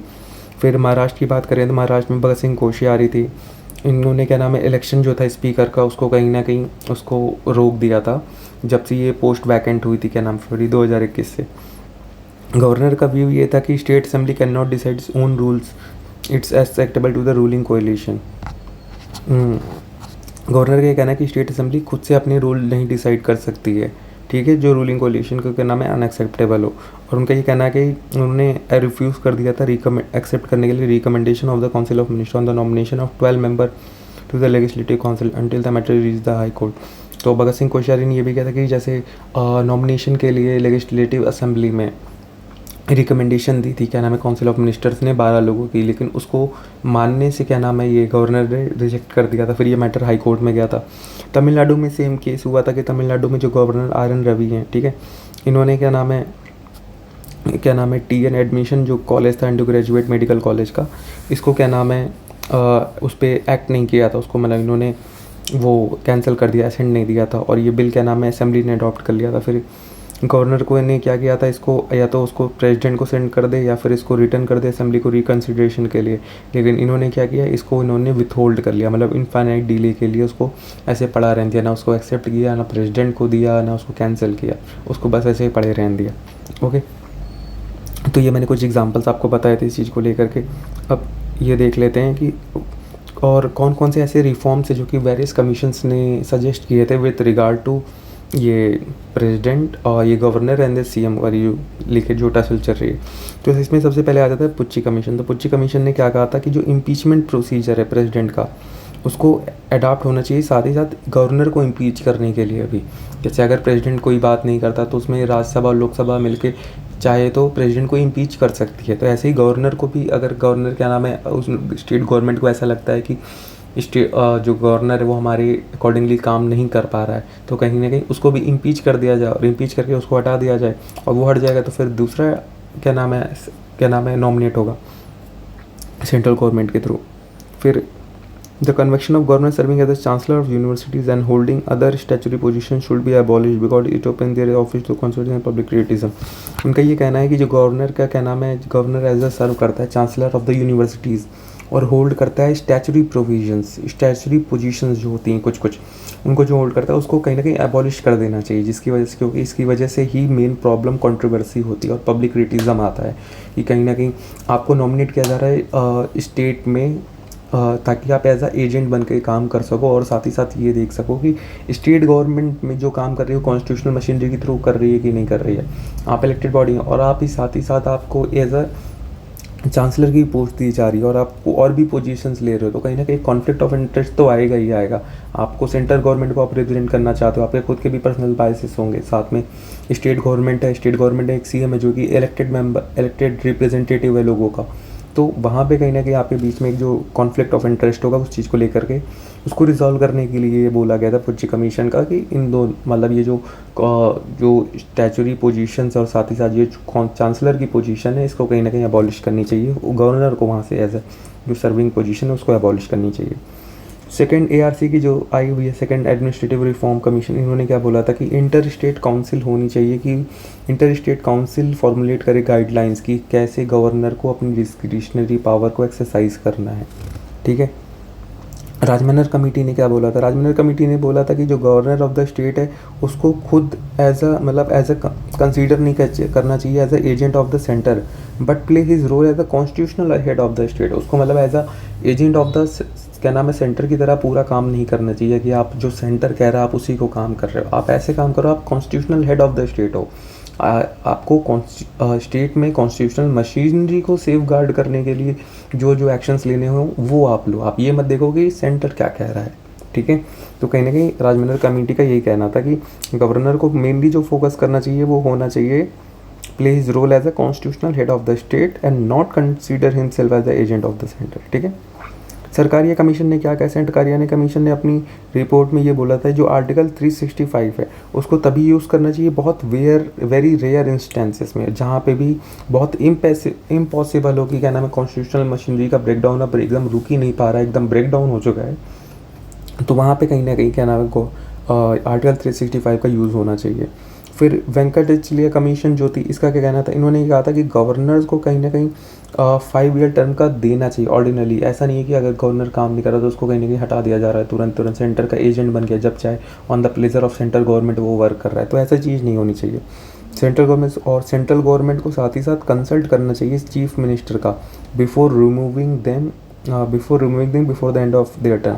अगर वो 5 साल से पहले उसको क्या नाम है अगर हटा रहे गवर्नर को, तो कहीं ना कहीं जो चीफ मिनिस्टर के साथ सेंट्रल गवर्नमेंट को कंसल्ट करना चाहिए with regard to the appointment and ये अगर उसको हटा रहे हैं बिना वो टर्म ख़त्म होने से पहले। ठीक है, और ये बोलता कि 5 ईयर की टर्म होनी चाहिए। साथ ही साथ राजमन्नर कमीशन जो थी ना ये हाँ राजमन्नर कमेटी, इसकी ये भी रिकमेंडेशन आई थी कि जब भी क्या नाम है सेंटर अपॉइंट करे ये गवर्नर को इन द स्टेट, तो उसके पहले एक प्रीयर कंसल्टेशन होनी चाहिए सेंट्रल गवर्नमेंट की विद द स्टेट गवर्नमेंट, ताकि दोनों के बीच में कोलिजन बन सके और साथ ही साथ दोनों एक तरीके से कोलैब करके काम कर सके, क्योंकि एट लास्ट जो गवर्नर को काम करना है वो स्टेट में ही करना है। आप एक ऐसे इंसान को भेज रहे हो जिसके अपोजिट व्यूज़ हैं क्या नाम है comparison to the state government, जो दरअसल कॉन्फ्लिक्ट ऑफ इंटरेस्ट तो होगा ही, जाहिर सी बात है। तो इसलिए कि गवर्नर को अपॉइंट करने से पहले स्टेट गवर्नमेंट से भी एक बार कंसल्ट करना चाहिए। ठीक है, अब वे फॉरवर्ड क्या है, री इमेजिनिंग अपॉइंटमेंट प्रोसीजर। ये होगा कि it will be approved to devise a committee, एक कमेटी होनी चाहिए जिसमें प्राइम मिनिस्टर हो, होम मिनिस्टर हो, स्पीकर ऑफ लोकसभा हो और chief minister of the state हैं, ताकि वो गवर्नर को इलेक्ट कर सकें। न्यूट्रल कॉन्स्टिट्यूशनल स्टैंड, कि गवर्नर को क्या नाम है एक इंडिपेंडेंट नॉन पार्टीशन पर्सन होना चाहिए, उसको ये सपोज होना चाहिए कि वो हमेशा इंटरेस्ट ऑफ द स्टेट में काम करे, इंटरेस्ट ऑफ द स्टेट को माइंड में लेकर के काम करे। ठीक है, और ये भी होना चाहिए कि वो एक वाइटल लिंक बने स्टेट का और सेंटर का, स्मूथ वे में उसको काम करना है। ठीक है, और वो इंडिपेंडेंट और नॉन पार्टीशन होना चाहिए। ऐसा नहीं है कि आप सेंटर की साइड ले रहे हो, आपको स्टेट के इंटरेस्ट में काम करना है, लेकिन एक वाइटल लिंक सर्व करना है स्टेट और सेंटर के बीच में। फ्रेमिंग है कोड ऑफ कंडक्ट, इनका ये कहना है कि कोड ऑफ कंडक्ट भी बनाया जा सकता है for the norms and principle, जो कि गवर्नर की डिस्क्रिशन और कॉन्स्टिट्यूशनल मैंडेट को गाइड करेगा कि गवर्नर को कैसे वर्क करना है कैसे नहीं करना है, उसके लिए कोड ऑफ कंडक्ट होना चाहिए कॉन्स्टिट्यूशन का। ठीक है, और जो डिस्क्रिशन है वो भी एक चॉइस होनी चाहिए, dictated by the reason, actuated by good faith and tempered by caution. ठीक है, ऐसा नहीं होना चाहिए कि आप क्या नाम है डिस्क्रिशन जो आप अपने मन से ले रहे हो अपने खुद के पर्सनल बाइस के लिए या फिर किसी भी रीज़न की वजह से, या फिर सेंटर ने आपसे बोल दिया तो आप उसको एज ए डिस्क्रिशन मान के आप कर रहे हो। ठीक है, तो वो चीज़ होनी चाहिए कि जो ये लाइन बहुत अच्छी है, इसको आप कहीं ना कहीं अपने उसमें लास्ट में कंक्लूजन में लिख सकते हो, एसे में हो गया या फिर कहीं भी एक अच्छे मेंस में आप लिख सकते हो GS2 में कि discretion must be a good choice dictated by reason, actuated by good faith and tempered by caution. ठीक है, चलो तो ये आगे का आर्टिकल हो गया हमारा। ठीक है, इसमें मैंने आपको सारी चीज़ें बता दी, वे फॉरवर्ड भी मैंने आपको बता दिया है, मैंने जो इश्यूज़ हैं वो भी मैंने डिस्कस कर दिए हैं, और जो अभी जो रिसेंट क्या नाम है टशल हो रही थी बाकी स्टेट्स में एग्जाम्पल के साथ वो भी मैंने आपको बता दिया है। ठीक है। इसमें मैंने वेरियस रिकमेंडेशन जो आई हुई है वो भी मैंने आपको बता दिया, तो कहीं ना कहीं एक और आर्टिकल मैंने इसमें डिस्कस कर दिया। फिर अगले आर्टिकल पे आ जाते हैं। इस पेज पे कोई आर्टिकल नहीं, इस पे भी कोई नहीं है, इस पे भी ऐड है। हाँ, आज योगा डे है, योगा कर लेना भाई आज, ठीक है। 21 जून है।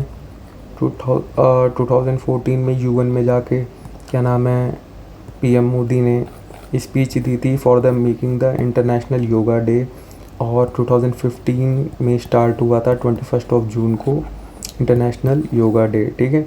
और योगा, एक क्वेश्चन देता हूँ मैं यूपीएससी मेंस का राइट करने के लिए, ठीक है, कि मेंस का ऐसे है नहीं, मतलब मैं बना रहा हूँ, आपको अगर लिखना हो तो लिख लेना, ठीक है। Question discuss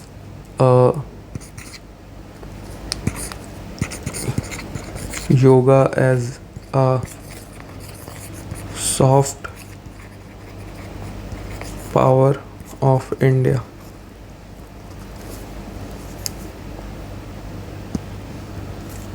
Discuss yoga as a soft power of India and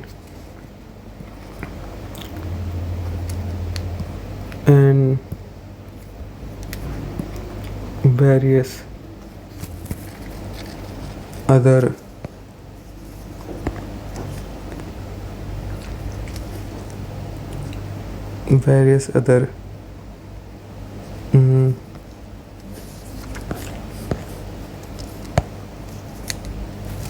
various other soft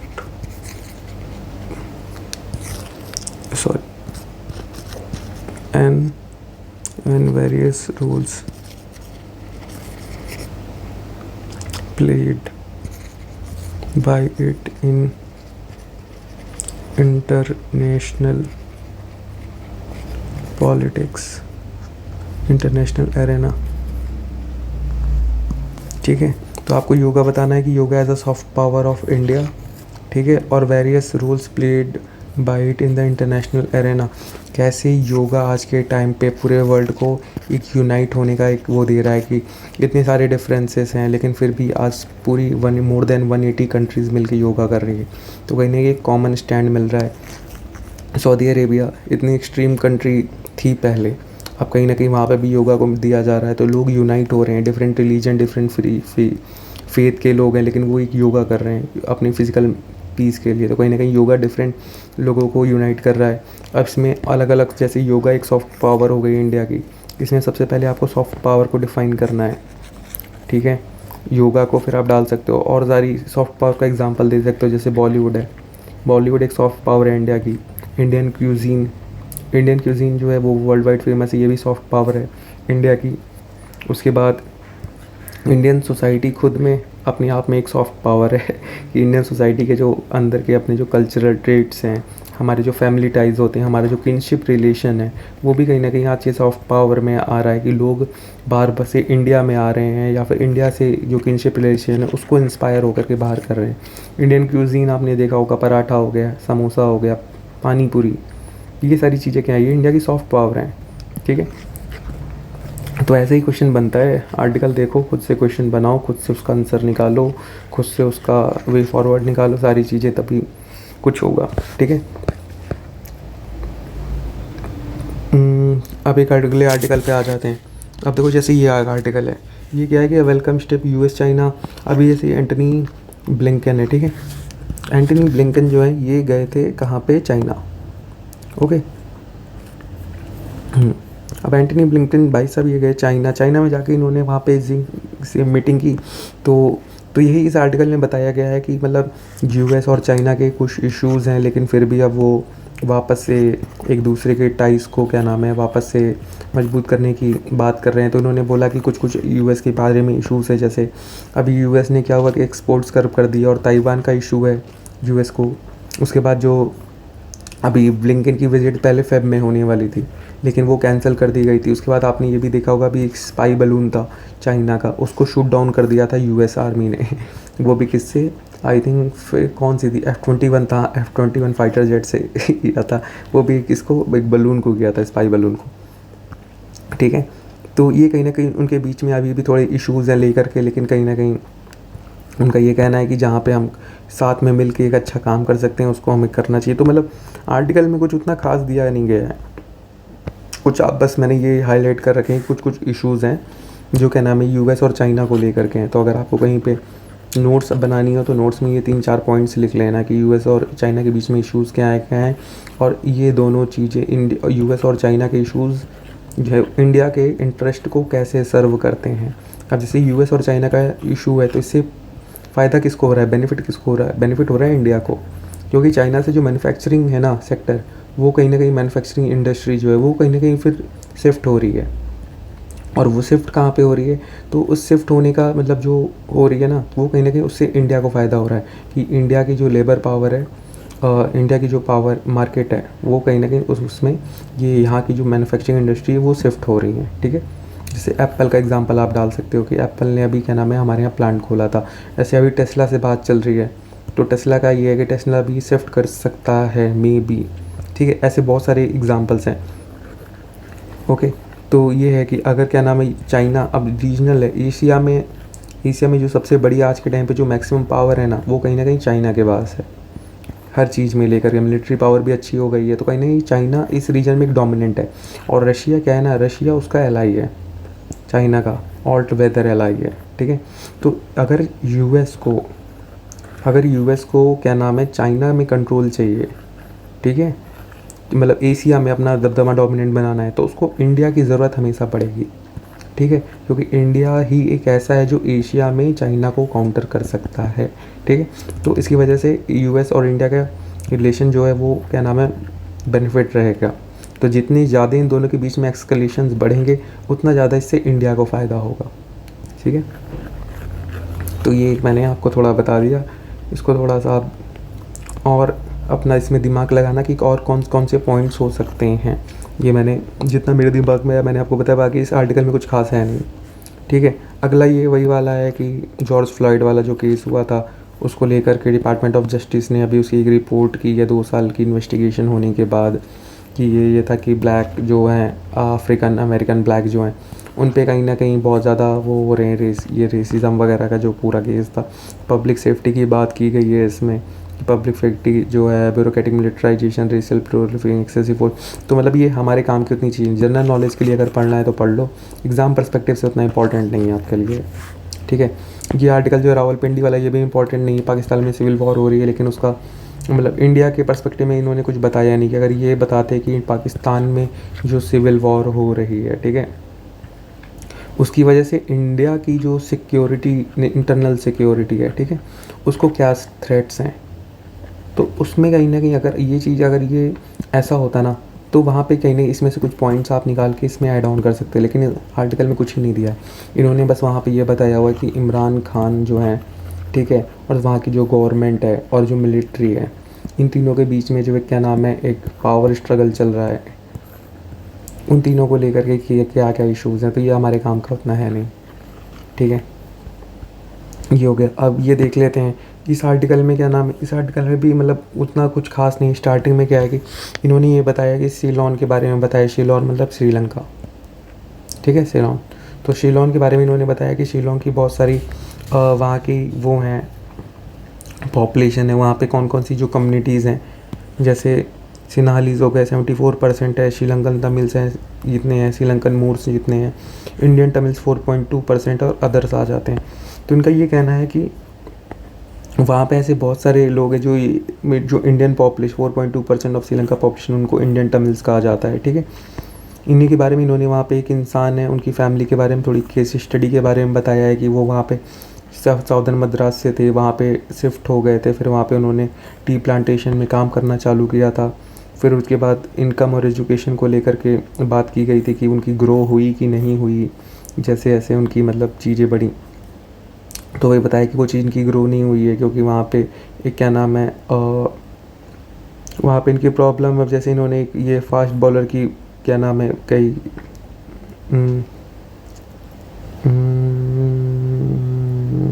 हाँ ऐसे थोडमन, इनका क्या नाम एग्जांपल बताया कि एक फास्ट बॉलर थे, इन्होंने अपनी क्या नाम है इंस्पायर किया है, लोगों को मोबिलाइज़ किया था और ये सारी चीज़ें। लेकिन वो इन्होंने एक एड्रेस किया इशू ऑफ सिटीजनशिप कि मतलब 10 50 100 25 साल के बाद भी जो वर्दे सेलेनीज़ और इंडियन की आज के टाइम पे भी इशू है कि उनको इंडियन उनको ये बोला जाता है कि वो इंडियन तमिल्स हैं, ठीक है। और कहीं ना कहीं वहाँ के लोग उनको इंडियन मानते हैं और इंडियन वाले उनको श्रीलंका का पार्ट मानते हैं। तो कहीं ना कहीं उनका जो सिटीजनशिप का इशू है ना, वो आज के टाइम पे नेहरू की इन्होंने एक स्टेटमेंट कोट किया कि नेहरू ने पार्लियामेंट को बोला था 1958 में कि क्या नाम है they are and should be the citizens of the शेलोन्स। लेकिन उसके बाद ये बताते हैं कि जो 2 एग्रीमेंट हुए थे, श्री माओ शास्त्री पैक्ट ऑफ 1964 और श्री माओ इंदिरा गांधी पैक्ट ऑफ 1974, इसकी वजह से क्या हुआ था ना, बहुत सारे translocation of the Indian Tamil to the India, ठीक है। और इसको क्या नाम है नेहरू नहीं चाहते थे कभी। और India's unemployed repatriation of fluctuating for some Indian employed indeed the bulk of Indian Sri Lankan और तमिल्स और Sri Lanka are now citizens of that country with voting rights. तो वही बताया गया कि कहीं ना कहीं ये जो उनका था कि वो लोग वहाँ से उनको वहाँ पे मिल नहीं रहा था, उन लोग को मतलब वो राइट्स नहीं मिल रहे थे। तो इसकी वजह से बहुत सारे जो क्या नाम है श्रीलंकन तमिल जो मतलब इंडियन तमिल थे जो श्रीलंका में रह रहे थे, वो कहीं ना कहीं इंडिया में बार बार माइग्रेट कर रहे थे। तो इन्होंने ये बताया कि जो इंडियन तमिल थे जो श्रीलंका प्लांटेशन में काम कर रहे थे, वो कहीं ना कहीं उस कंट्री के सिटीजन बन गए हैं, उनको वोटिंग राइट मिल गई। लेकिन आज भी बहुत सारे यंग क्या नाम है इंडियन तमिल्स ऐसे हैं जो कि कहीं ना कहीं उनको और क्या नाम है इस जो क्या नाम है ट्री प्लांटेशन वाला क्या नाम है वर्क है, इसके अलावा इनको बाहर निकलने की ज़रूरत है और वो किस तरीके से आगे उन चीज़ों को काम कर सकते हैं उसमें बताया गया। उन्होंने बताया कि बहुत सारे ऐसे चेंजेस हैं जो आज के टाइम पे नीडेड हैं, ठीक है, क्या नाम है फॉरकास्टिंग द इंडियन तमिल्स को आगे वो भरने के लिए। तो इसमें इन्होंने बताया कि कौन कौन से चेंजेस ज़रूरी हैं। सबसे पहला इन्होंने बताया कि distinct and equal Lankans with a huge unique and professional expertise, कि जो इंडियन तमिल्स हैं वहाँ पे इंडियन तमिल्स उनको कहीं ना कहीं हमें as a huge and unique professional distinct और इक्वल लंकन्स मानना चाहिए। ऐसा नहीं कि उनको इंडियन देखा जाए, वो श्रीलंका में रह रहे हैं तो श्रीलंकन तमिल्स ही उनको ये देखना चाहिए वहाँ पे, ठीक है। और उनको एक क्रिटिकली इंपॉर्टेंस देनी चाहिए उनकी कंट्री के इकोनॉमिक वेलबींग के लिए। दूसरी चीज़ इन्होंने ये बोली है कि जो land based climate dependent profession है ना, कि जैसे protested against certain adverse climatic erratic weather condition, कि उनका जो आज के टाइम पे जो मेन प्रोफेशन है ना, वो कहीं ना कहीं कौन सा है, लैंड बेस्ड वाला है और क्लाइमेट डिपेंडेंट है। जैसे उनकी अगर हम बात करें टी प्लांटेशन है, लैंड बेस्ड है और क्लाइमेट डिपेंडेंट है। तो कहीं ना कहीं और ये क्या नाम है, और आज के टाइम पे जो वेदर है ना, वेदर बहुत ज़्यादा एरेटिक हो गया है, मतलब कहीं ना कहीं चेंजेस उनके नेचर आ रहे हैं, कभी हो रहा है, कभी कुछ हो जाए, कभी कुछ हो जाए, कुछ पता नहीं, आप प्रेडिक्टेबल भी नहीं है। तो इसकी वजह से इन्होंने कहा है कि इसकी वजह से हमें इमरजेंसी मिटिगेशन स्ट्रेटजीज़ की ज़रूरत है आज के टाइम पर, जो कि ना कि सिर्फ प्लांटेशन वर्कर के लेबर जो है उनके क्या नाम है फेवर में हो, साथ ही साथ जो लंका की इकोनॉमी है उसको भी टैकल दोनों के फेवर में हो, ठीक है। तीसरी चीज़ इन्होंने क्या बोली, तीसरी चीज़ इन्होंने बोली है कि उनके जो वर्क साइट्स हैं, उनके जो वर्क साइकिल्स और वर्क स्टाइल्स हैं, उनको कहीं ना कहीं फेस करना पड़ेगा। जो उन्होंने रियल पॉसिबिलिटी जो भी कोविड-19 में जो उन्होंने फेस की थी, जो अभी क्या नाम है इतनी सारी चीज़ें हुई थी, ठीक है। और साथ ही साथ जो अभी एक बिल आया था क्रिपलिंग इफेक्ट ऑफ द वो होता ना crippling disruption that the shattered plantation aspiration over the virus all to dipped in the export in the pieces। अच्छा, तो कहीं ना कहीं इसमें इन्होंने ये बताया हुआ कि तीसरे में कि क्या बताया इन्होंने, हाँ, ये जो कोविड-19 का भी वेरिएंट आया था कहने की, उसकी वजह से जो इतनी हार्डशिप जो फेस करनी पड़ी है वहाँ के लोगों को, जो क्या नाम है इतनी सारी जो ये हो जाती हैं जैसे जूनोटिकली डिजीज़ होती हैं। तो इसकी वजह से अगर ऐसी जूनोटिक डिजीज़ कोई और आ जाती है, इसकी वजह से अगर उनकी प्लांटेशन अगर कहीं ना कहीं ख़राब हो जाए, या फिर ऐसा कोई और पैंडमिक आ जाता है, या फिर कोई और हेल्थ डिजीज़ हो जाए जिसकी वजह से क्या नाम है ये रिव्स ड्यूरिंग द प्लान, तो इसकी वजह से कहीं ना कहीं जो क्रिपलिंग इफेक्ट्स होते हैं ना, उसको कहीं ना कहीं हमें डिस्टर्ब करने के लिए एक क्या नाम है प्लांटेशन एस्पिरेशन को वो करना पड़ेगा, एस्पिरेशन को मैनेज करना पड़ेगा, ठीक है, ताकि जो उसके जो इफ़ेक्ट्स हैं ना उसको कहीं ना कहीं ट्रिपल डाउन किया जा सके, थोड़ा कम किया जा सके, ठीक है। चौथी चीज़ इन्होंने क्या बताई है कि this sector is not the vulnerable to the policy related adversities. तो उन्होंने बोला कि जो पॉलिसी रिलेटेड एडवर्सिटीज़ होती हैं ना, पॉलिसी के कारण जो दिक्कतें आती हैं उसको कहीं ना कहीं हमें टैकल करना पड़ेगा। जैसे अभी इन्होंने एक पॉलिसी आई थी कि ill convenience ban on chemical fertiliser, Sri Lanka ने क्या किया था, केमिकल फर्टिलाइज़र को बैन कर दिया रातों रात, और उन्होंने ये कह दिया कि हम ऑर्गेनिक फार्मिंग करेंगे अब से। और हुआ क्या, फार्मर्स वहाँ के रेडी नहीं थे और वहाँ पे फर्टिलाइज़र्स आए नहीं, तो उसकी वजह से लैंड की जो फर्टिलिटी वो डाउन चली गई। एग्रीकल्चर का जो प्रोडक्शन था वो कहीं ना कहीं डाउन हो गया। एग्रीकल्चर प्रोडक्शन डाउन की वजह से जो फूड सप्लाई है वो डाउन हो गई, और ये डाउन हो गई, और इसकी वजह से जो फूड सिक्योरिटी थी वो कहीं ना कहीं एज अ थ्रेट हो गई, थ्रेट्स में आ गई food security of the Sri Lanka. उसके बाद इंडिया ने लाइन ऑफ क्रेडिट जो थी वो सप्लाई की थी इसको, क्या नाम है, ये श्रीलंका को, और वहाँ पे इंडिया ने फर्टिलाइज़र जो थे वो कहीं ना कहीं प्रोवाइड किए थे श्रीलंका को। ओके। और इन्होंने away from the black T, और इन्होंने ये बोला है कि अब जाके क्या नाम है, और उनको जो टी टेस्ट है ना, जो टी प्लांटेशन में उनको कहीं ना कहीं अब चेंज करना पड़ेगा। अभी जैसे वो सिर्फ ब्लैक टी अभी जो क्या नाम है प्लांटेशन करे, उसको उन्होंने पैटर्न चेंज करके ग्रीन टी और हर्बल टी की तरफ अब शिफ्ट होना पड़ेगा। पाँचवां इन्होंने बोला है कि आज के टाइम पर हमें ये रिकोगनाइज़ करना पड़ेगा जो ग्लोबल अपॉर्चुनिटीज़ हैं, और साथ ही साथ जो चैलेंज है AI का, ठीक है, is opening for the community, कि उनको ये करना पड़ेगा कि जो आज के टाइम पे जो ग्लोबल अपॉर्चुनिटीज़ जो मिल रही हैं उसको पे कहीं ना कहीं आप एक्टिवली आप पार्टिसिपेट करो, और साथ ही साथ जो AI का इन्वॉल्वमेंट है, ठीक है, वो कहीं ना कहीं आप अपने प्लांटेशन में उसको भी इंक्लूड करो, ठीक है। क्योंकि AI जो आज के टाइम पे बहुत सारे चैलेंजेस फेस कर रहा है। जैसे US है, US में AI बेस्ड अब फार्मिंग हो रही है, अब AI बेस्ड फार्मिंग हो रही है, तो वो कहीं ना कहीं एज अ चैलेंज फेस करेगा श्रीलंका के लिए। श्रीलंका वाले जो है वो ट्रेडिशनल अप्रोच अभी भी अपना रहे, कन्वेंशनल अप्रोच जो है उनकी, तो उसके लिए कहीं ना कहीं आपको भी इन चीज़ों के लिए ग्लोबल अपॉर्चुनिटीज़ जो है ना उसको टैप करने के लिए AI चैलेंज को पहले चीज़ आपको एक्सेप्ट करना पड़ेगा, और इसको टैकल करने के लिए आपको भी AI के साथ गो विद द फ्लो होना पड़ेगा। जिस हिसाब से टेक चेंज हो रहा है उस हिसाब से आपको भी अपना टेक्नोलॉजी अपग्रेड करना पड़ेगा, ठीक है। तो इसके लिए इन्होंने क्या बताया है कि AI इन्होंने बताया है कि the opportunity among the other the help predict weather, आप AI की वजह से वेदर प्रिडिक्ट कर सकते हो, ड्रोन्स यूज़ कर सकते हो आप, और डी वीडिंग कर सकते हो, डी इन्फेस्टिंग कर सकते हो, साथ ही साथ आप ट्रांसफॉर्म कर सकते हो future of the plantation sector, ठीक है। इन्होंने ये बोला है कि ऑथेंटिकेशन ऑफ द AI की वजह से आप एडल्ट्रेशन देख सकते हो, कि एडल्ट्रेशन ट्रेडिशनल मेथड जो है वो एडल्ट्रेशन नहीं देख सकते हैं, लेकिन AI की वजह से आप जो मिस रिप्रेजेंटेशन होता है वो आप देख सकते हो, आप एडल्ट्रेशन देख सकते हो इस पेंट लीफ में। ये AI will tell the true from the fake, जो है ना कि कौन कौन सा ट्रू है कौन सा फेक है टी, वो कहीं ना कहीं AI आपको अच्छे से बता सकती है, जितना आप ट्रेडिशनल अप्रोच में नहीं देख सकते। उसके बाद algorithm detecting the fraud, calibrating flavour through sensor technology, sensor technology का यूज़ करके आप ये देख सकते हो कि जो टी है ना, टी का फ्लेवर क्या है, और कौन सा फ्लेवर जो ज़्यादा एरोमेटिक है और कौन सा नहीं है, ठीक है। तो इस पर आप वर्क कर सकते हो। और इन्होंने बताया कीमोमेट्रिक्स के बारे में बताया गया है जो इंडस्ट्री को ट्रांसफॉर्म कर सकती है। तो ये कुछ इन्होंने बताए हुए हैं कि भाई AI का यूज़, ये इन्होंने ये 5 चीज़ें बताई हुई हैं कि किस तरीके से ये जो जो इंडियन तमिल्स हैं जो कि श्रीलंका में हैं, वो किस तरीके से अपना जो ये प्लांटेशन है जो उनका ट्रेडिशनल है उसको किस तरीके से इंक्रीज़ कर सकते हैं, और किस तरीके से वो एक्टिवली कंट्रीब्यूट कर सकते हैं श्रीलंका की इकोनॉमी में। ओके, लेकिन इसके लिए सबसे पहली चीज़ उनको एज अ वहाँ का जो नेटिव है वो उनको एज अ इक्वल लेवल पे उनको देखना पड़ेगा कि ये इंडियन तमिल्स नहीं, ये इनके भी श्रीलंकन तमिल्स हैं। ओके, तो ये भी आर्टिकल हो गया। फिर सेमीकंडक्टर की बात कर लेते हैं। सेमीकंडक्टर के लिए थोड़ा अच्छा आर्टिकल आया हुआ है, तो इसके बारे में देखो क्या है कि गवर्नमेंट ने अभी 2022 में सेमीकंडक्टर एक मिशन लॉन्च किया था, ठीक है। उसके बाद हुआ क्या था कि जो सबसे पहला अटेम्प्ट इन्होंने बताया कि मतलब सबसे पहला अटेम्प्ट लिया गया था 2007 में, जब एक इनसे special incentive package SIP launch किया गया था, लेकिन वो फेल हो गया था, इसका कोई रिस्पांस उतना अच्छा नहीं मिला था। फिर एक मॉडिफाइड SIP लॉन्च किया गया था 2012 में स्पेशल इंसेंटिव पैकेज में। इसका मेन एम यही था कि क्या नाम है कि हमें फैब जो है मेजर फैब कंपनीज़ जो है उसके साथ आउटरीच करना है, major fab companies in the world. लेकिन इसका भी उतना अच्छा रिजल्ट नहीं आया था। इसके रिजल्ट में मतलब सिर्फ 2 ही चीज़ें हुई थी।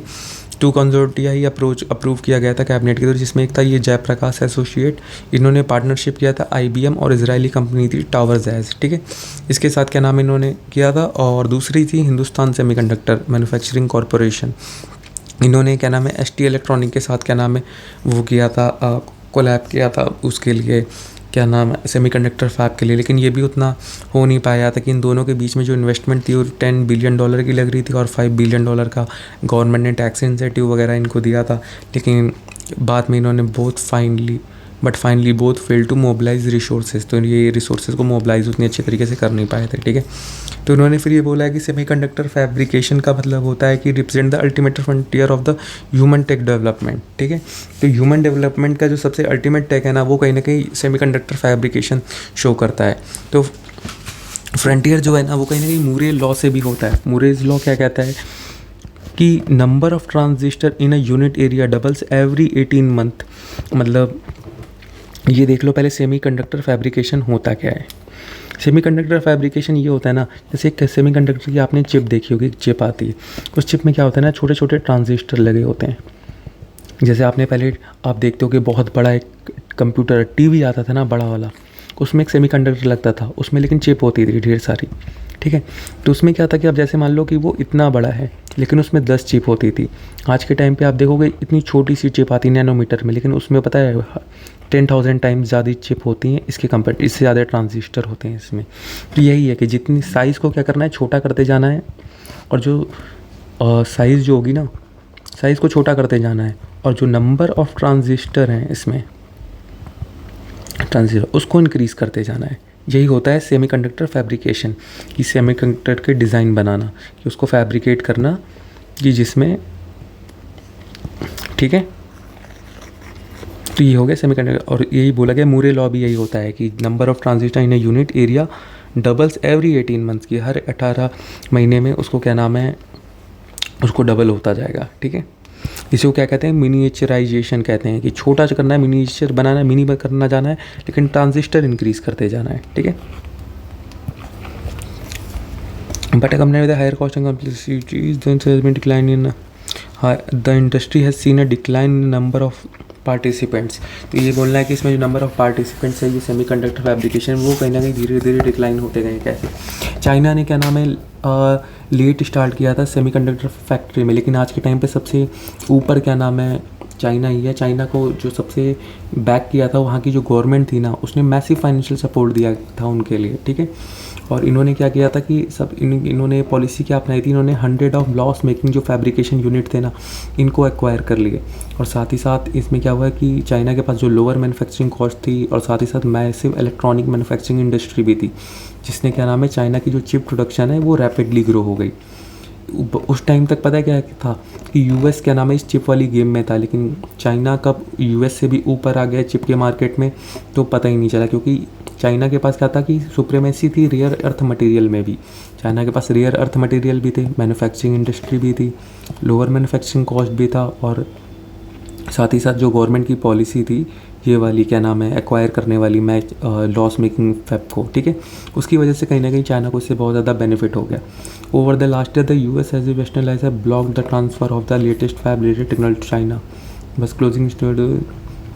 अब चाइना ने अभी क्या है कि यूएस और जो वेस्टर्न एलाइज है यूरोप वगैरह, उन्होंने लेटेस्ट जो फैब्रिकेशन टेक्नोलॉजी वो अब चाइना को देने से मना कर दिया। लेकिन अब क्या, अब तो चाइना बन चुका है ना, अब रोक के आप क्या करोगे, अब तो उसके पास टेक्नोलॉजी आ चुकी है ऑलरेडी, अब तो वो खुद से मास्टर कर रहा है सारी चीज़ों को।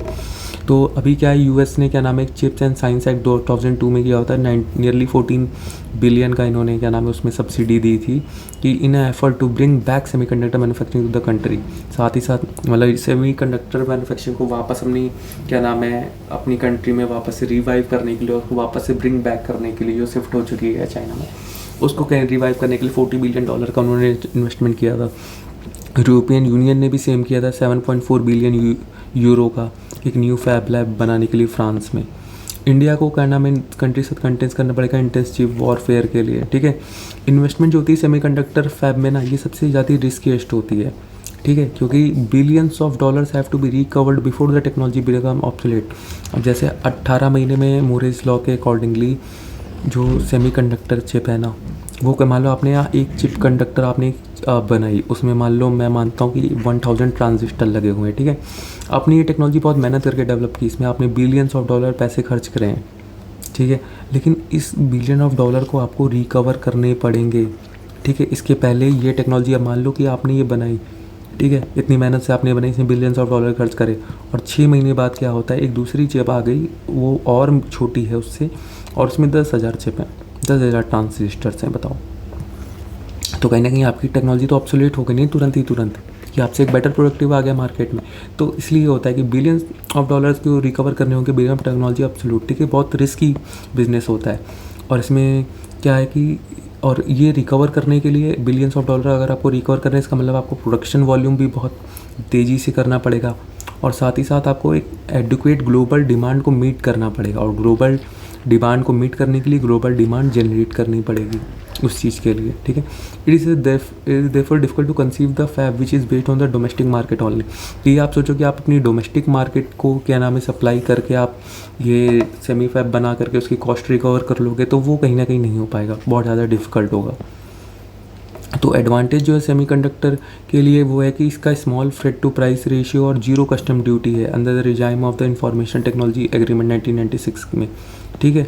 तो कहीं ना कहीं इसकी वजह से आपको मतलब जीरो कस्टम ड्यूटी होती है, तो उसकी वजह से आप मतलब ग्लोबल डिमांड अच्छे से आप मतलब ज़्यादा हो सकती है, आप उसको आराम से वो कर सकते हो अगर आपने बना लिया। साथ ही साथ इसका जो small freight to price ratio है, ये उसका जो प्राइस है ना वो क्या नाम है हाई है, लेकिन जो फ्रेट रेशियो है उसको जो ट्रांसपोर्ट करने का खर्चा है वो कहीं ना कहीं बहुत कम है, इसकी वजह से जो आपका फ्रेट का खर्चा है वो भी कहीं ना कहीं बच जाता है। Facilities production single location global sales, हाँ एक सिंगल लोकेशन में प्रोडक्शन होती है लेकिन सेल्स जो होती हैं वो ग्लोबल होती हैं। इसी वजह से no company is interested in the green lab field, green field fab में कोई भी कंपनी इंटरेस्ट नहीं। ग्रीन फील्ड फैब क्या होती है कि मतलब जीरो से स्टार्ट करना। ब्राउन फील्ड होता है कि ऑलरेडी एक चीज़ है वो प्रोसेस में इनिशिएट हो चुका है, उसकी चीज़ को आप एक नई तरीके से इनिशिएट कर रहे हो, ठीक है, या फिर कहीं और कर रहे हो, वो चीज़ ऑलरेडी वर्क में है। ग्रीन फील्ड में क्या है कि उस प्रोसेस का अभी तक कोई भी मतलब इनिशिएट ही नहीं है, आप उसको एकदम from ground to zero start कर रहे हो, तो वो आपका ग्रीन फील्ड इनिशिएटिव में आ जाता है। ब्राउन फील्ड होता है वो जो ऑलरेडी इनिशिएटेड है। तो कोई भी कंपनी फ्रॉम जीरो से स्टार्ट नहीं करना चाहती, क्योंकि इसमें इन्वेस्टमेंट इतनी सारी लगेगी, आपको रिकवर भी करना पड़ेगा, फिर टेक्नोलॉजी भी ऑब्सोलेट हो जाए, तो ये सारी चीज़ें कहीं ना कहीं देखनी पड़ती हैं। तो कहीं ना कहीं developing an ecosystem for chip manufacturing in green field location is a major challenge, जो कि इंडिया के लिए, ठीक है। 100 of chemical gas and required for chip fabrication, people need to be training की ज़रूरत होगी, और अबंडेंट क्लीन वाटर की रिक्वायरमेंट होगी चिप बनाने के लिए, ठीक है। लेकिन इन सारी चीज़ों के बाद भी जो आर्ट ऑफ चिप मेकिंग है ना वो सबसे ऊपर है। Despite the best of equipment poor quality and low yields, ये कैन मेक्स फैब फेल, ठीक है। अगर बेस्ट इक्विपमेंट भी हैं आपके पास लेकिन अगर पुअर क्वालिटी और लो यील्ड हो रही है फैब, तो आपकी जो फैब्स हैं वो फेल हो जाएंगी। उसमें और भी इशूज़ हैं जैसे लॉजिक प्रोसेसर मेमोरी और लॉजिक, और कि आपको कौन सा क्या नाम है सेटअप करना है, कि आपको लॉजिक ये लॉजिक चिप वाली क्या नाम प्लांट सेटअप करना है, आपको मेमोरी चिप करनी है या फिर एनालॉग फैब करना है। और इनकी जो तीनों की ना फंक्शन अलग अलग होते हैं। जैसे लॉजिक चिप क्या होती है, स्ट्रैटेजिकली इंपॉर्टेंट होती है, हाईएस्ट प्रॉफिट इसी में होता है, ये मोस्ट एडवांस्ड टेक्नोलॉजी है क्या नाम है लॉजिक वाली लॉजिक चिप जो होती हैं। एनालॉग चिप जो होती हैं वो एसेंशियल है लेकिन इनकी लीस्ट स्ट्रैटेजिक वैल्यू है, स्ट्रैटेजिक वैल्यू इनकी इंपॉर्टेंस नहीं है। मेमोरी फैब्स क्या होती हैं, ये मोस्ट एडवांस फीचर हैं, इसमें 130 नैनोमीटर्स की होती हैं। लॉजिक फैब जो होती हैं मोस्ट एक्सपेंसिव हैं, और एनालॉग फैब जो हैं वो सबसे लीस्ट हैं, सस्ती आती हैं। और सबसे आसान काम क्या है, आप अगर ये तीनों नहीं करना चाहते हो तो आप आ जाओ ATMP में। ATMP में क्या है कि असेंबली, टेस्टिंग, पैकेजिंग और मार्केटिंग, ये आपको करना पड़ेगा। आप जैसे सेमी फैब आपको लगाना है, सेमी फैब में क्या है आप डिज़ाइन करते हो, ठीक है, लेकिन ATMP में क्या है कि डिज़ाइन तो कहीं और होती है। जैसे मान लो डिज़ाइन कहीं और हो रही है, वो अपनी उन्होंने डिज़ाइन कर दी, आप उसको असेंबल करोगे, आप उसको टेस्ट करोगे, आप उसको पैकेज करोगे और मैन्युफैक्चर करोगे, ठीक है। और उसमें सेमी फैब में क्या होगा, आप उसको डिज़ाइन करोगे। तो अगर आप डिज़ाइन नहीं करना चाहते हो तो आप ATMP में कर लो, जो get a fab ecosystem develop before the full lab setup. लेकिन ATMP का value little value in the terms of actual chip making, सबसे मेन काम ही तो वो चिप मेकिंग का क्या है, वो डिज़ाइन है। अगर आप ATMP तो कोई भी कर सकता है ना, ये असेंबल करना, मेन काम क्या है उसको डिज़ाइन करना, ठीक है। अब चाइना से क्या क्या रिलेशंस ले सकते हैं हम, तो इसमें लिखा हुआ है कि चाइना के लिए हम क्या ले सकते हैं। तो चाइना ने सबसे पहले एक्वायर किए थे लॉस मेकिंग फैब, उसके बाद फिर उसने खुद की ओन फैब बनाई थी जो हमें रिलेशन दे सकती है। पुरानी फैब को खरीदने से एडवांटेजेस ये मिला कि ओरिजिनली प्राइस में थी, स्टेबलाइज टेक्नोलॉजी मिल गई इन्हें, एक सप्लाई चेन इकोसिस्टम मिल गया, और साथ ही साथ एक प्रोडक्ट लाइन और एक मार्केट भी मिल गई, ठीक है। और इसकी वजह से जो इनेबल को करेंगी एक फैब इकोसिस्टम बनाने की, साथ ही साथ ह्यूमन रिसोर्स को ट्रेन करने के लिए, साथ ही साथ लोअर सब्सिडीज़ रिक्वायर होंगी इनको क्या नाम है वो करने के लिए, इनकी ग्रोथ को मतलब थोड़ा पुश देने के लिए। और जो फंड जो सेव होंगे उससे आप क्या नाम करते हैं R&D को अपने एडवांस कर सकते हो। और साथ ही साथ ये है कि आप दूसरी स्ट्रैटेजी है कि आप ATMP सेटअप्स कर लो। जैसे अभी ये टेज़ोल नाम का ये टाटा ने इसको एक्वायर किया है, इन्होंने एक सेटअप किया ATMP इन 2013 एंड 14, ठीक है। ATMP जो होते हैं सक्सेसफुली पैकेज करते हैं up to the 7 nanometre features में। और जो चाइना है वो चाइना के पास अभी मोर देन 100 ATMPs हैं, ठीक है। अब चाइना ने ये जो जर्नी स्टार्ट की थी 20 साल पहले की थी, और चाइना की एक सेइंग है, the best time to plant a tree was 20 year ago but the second best time is now, ठीक है। तो जो समय है आज है। तो ये आर्टिकल भी देखो इन्होंने कितना अच्छा लिखा था कि वेरियस डायमेंशंस इन्होंने कवर करे हैं, लास्ट में एक अच्छा सा कंक्लूजन लिखा है, इंट्रो भी इन्होंने अच्छा दिया हुआ है कि आपको इंट्रो पता लग जाएगा कि सेमी गवर्नमेंट एक करंट से रिलेट करके इन्होंने बताया कि अभी गवर्नमेंट का एक सेमीकंडक्टर मिशन जो है 2020 वाला, इसको रिलेट करके, ठीक है। तो ये इसमें ये भी देखा करो कि आर्टिकल इंसान लिख क्या रहा है, क्या लिखा है वो तो इम्पॉर्टेंट, लेकिन उसने लिखा कैसे ये भी इंपॉर्टेंट, आंसर राइटिंग प्रैक्टिस अच्छी होगी। फिर UPI की पेमेंट को लेकर के देख लेते हैं कि NCPI ने UPI लॉन्च किया था, और NCPI ने एक लिमिट लगा रखी है कि एक इंसान एक दिन में 20 क्या नाम ट्रांजेक्शन कर सकता है, और मैक्सिमम अमाउंट 1 लाख की है। लेकिन कहीं ना कहीं बहुत सारे जो बैंक हैं ना वो अपने अपने इंफ्रास्ट्रक्चर के अकॉर्डिंगली इस लिमिट को चेंज कर देते हैं। जैसे ICICI का जो बैंक है उसका ये कहते हैं कि वो 10 क्या नाम है ट्रांजेक्शन ही करते हैं 24 घंटे में, और बैंक ऑफ बड़ौदा और HDFC जो है ये कहते हैं हम 20 ट्रांजेक्शन अलाउ करते हैं सेम पीरियड में, मतलब एक दिन में। और ये बताया गया है कि कुछ यहाँ पे अब वो दी हुई हैं, और ये शो करता है ना कि कहीं ना कहीं जो क्या नाम है बैंक का इंफ्रा है ना कहीं वो कहीं ना कहीं टैकल नहीं कर पा रहा है इतने ज़्यादा ट्रांजेक्शंस को। इतनी सारी जो ट्रांजेक्शंस होती हैं उसको टैकल करने के लिए बैंक को भी तो इंफ्रा चाहिए ना भाई उस चीज़ को, ताकि वो मैनेज कर सके। तो उस चीज़ के मैनेजमेंट के पास जिन बैंक के पास उतना ज़्यादा इंफ्रा नहीं हो पाता या फिर उतनी चीज़ें वो नहीं कर पाते, तो इसलिए वो अपनी लिमिट्स कम करते हैं, ठीक है। अब डिफरेंट चार्ट है, चार्ट क्या शो करता है, पहला चार्ट ये शो करता है कि मई 2018 में 190 मिलियन UPI ट्रांजेक्शन हुई थी, ठीक है। और वो कहीं ना कहीं अब और ट्रांजेक्शन की अब बात करें मई 2023 में 5 साल बाद 9415 मतलब 9.4 बिलियन ट्रांजेक्शन हुई हैं, और पहले कितनी थी 190 मिलियन थी, यार 9.4 बिलियन है। तो कहीं ना कहीं ट्रांजेक्शन बहुत ज़्यादा कितना इंक्रीज़ है, 4855% का इंक्रीज़ देखा गया है ट्रांजेक्शन्स में।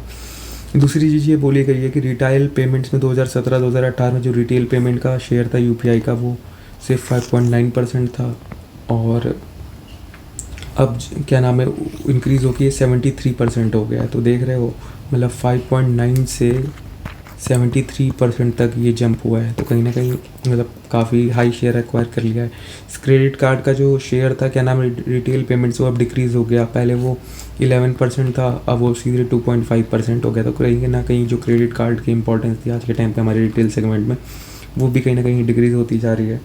और ये बताया गया जो मोस्टली जो क्या नाम है ना UPI वो ट्रांजेक्शन्स के टर्म्स में तो इंक्रीज़ हुआ है, ठीक है, वॉल्यूम के टर्म्स में, लेकिन जो वैल्यू के टर्म्स में है ना वैल्यू के टर्म्स में उतना कुछ इसमें इंक्रीज़ नहीं देखा गया, बल्कि डिक्रीज़ हुआ है वैल्यू के टर्म्स में। कैसे कि जो टोटल ट्रांजैक्शन जो की गई थी ना मई 2018 में वो कितनी थी, वो थी 33,288 करोड़, ठीक है, जिसका मतलब हो जाता है 1,756 पर ट्रांजैक्शन, ठीक है। और अभी जब मई 2023 की बात की गई है उसमें ट्रांजैक्शन तो कितने हुए हैं 14,89,485 करोड़ के, लेकिन जो उसकी पर ट्रांजैक्शन अगर आप कॉस्ट देखते हो ना कि पर ट्रांजैक्शन कितने का हुआ है तो वो कहीं ना कहीं 1,581 का आता है।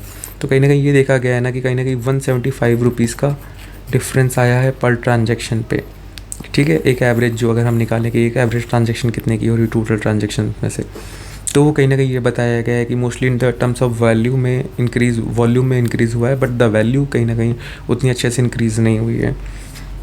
और 2017-2018 में ये बताया जा रहा है जो UPI का टोटल शेयर था रिटेल पेमेंट में वो बस 0.4% था, और 2022-23 में ये इंक्रीज़ होकर 21.1% हो गया है। हाँ टोटल वैल्यू है, सॉरी वैल्यू है, ऊपर जो मैंने बात की थी ना वो क्या था वो ट्रांजैक्शन में था। और ये बताइएगा यूपीआई को आज का एज अल्टरनेटिव देखा जा रहा है पेटी कैश के लिए। बैंक जो है स्ट्रगल कर रहे हैं आज के टाइम पे to keep search in the UPI payment by upgrading their banking infrastructure and technical systems, ठीक है। और ये बताया गया स्टेट बैंक ऑफ इंडिया जो है वो हाईएस्ट रिमिटर रहा है अब तक का यूपीआई ट्रांजैक्शंस में, ठीक है। तो ये कुछ इंपॉर्टेंट थे पॉइंट्स, अगर आपको कहीं पे लिखना होगा यूपीआई की ग्रोथ स्टोरी में तो वहाँ पे कहीं ना कहीं आप ये कुछ डेटा वगैरह डाल सकते हो कि यूपीआई की ग्रोथ स्टोरी क्या क्या हो रही है। फिर आ जाते हैं अगला, ये टेक्स्ट एंड कॉन्सेप्ट का पेज है। टेक्स्ट एंड कॉन्टेक्स्ट के पेज पे देखो ये एक डेल्टा एयरलाइंस है, ठीक है। इन्होंने ये बोला था कि खुद को इन्होंने मार्क किया था कि हम वर्ल्ड की सबसे पहली कार्बन न्यूट्रल एयरलाइन है, ठीक है। और इन्होंने ये बोला था कि हम $1 बिलियन क्या नाम है स्पेंड करेंगे ताकि हम जो फ्यूल यूजेज हैं उसको रिड्यूस कर सकें और कार्बन रिमूवल टेक्नोलॉजीज़ को अडॉप्ट कर सकें, ओके। तो इनका ये था कहना, लेकिन एक्चुअली में हुआ क्या है कि जो इन्होंने ये बोला था हम कार्बन ऑफसेट करेंगे, ये इनका ये था कि हम क्या नाम जितना कार्बन हम इमिट करेंगे ना, जितना कार्बन इमिट होगा उसको हम ऑफसेट करेंगे। कार्बन ऑफसेट, ऑफसेट का मतलब क्या होता है? ऑफसेट का मतलब ये होता है कि जितना कार्बन हमने इमिट किया ना उतने सारे हम पेड़ लगा देंगे या फिर उतनी ऐसी चीज़ें हम टेक्नोलॉजी में करेंगे कि जितना भी हमने कार्बन वो इमिट किया है वो उसको हम जीरो पे कर दें, मतलब जीरो न्यूट्रल पे आ जाए। कि अगर हमने मान लो 1000 टन ऑफ कार्बन प्रोड्यूस किया, ठीक है, इमिट किया, तो 1000 टन कार्बन को क्या नाम है सीक्वेस्ट करने के लिए जितनी टेक्नोलॉजी पे खर्चा होगा, वो चाहे मैं एफॉरेस्टेशन से करूँ, चाहे मैं कार्बन सिक्वेशन से करूँ, चाहे मैं कोई कार्बन कैप्चर टेक्निक से करूँ, तो किसी भी टेक्नोलॉजी से जिससे भी होगा तो उसको मैं इसी को कहते हैं कार्बन ऑफसेट करना, ठीक है। तो कार्बन ऑफसेटिंग के बारे में यही था कि क्या नाम activity like planting trees, shifting to clear fuels, funding carbon capture technologies, ये सारी चीज़ें। तो इसमें जो ऑथर थे ना, ऑथर का ये कहना है कि जो डेल्टा एयरलाइंस है इसने बोला तो था कि कार्बन ऑफसेटिंग हम करेंगे, लेकिन कार्बन ऑफसेटिंग ये उतनी अच्छे से कर नहीं रहे हैं। तो इसमें इन्होंने कुछ मतलब वो बताई हैं कि लैग पॉइंट्स क्या क्या हैं। और रिफॉरेस्टेशन जो है as a climate adaptation programme ineffective and misleading है। हाँ, कि जैसे मान लो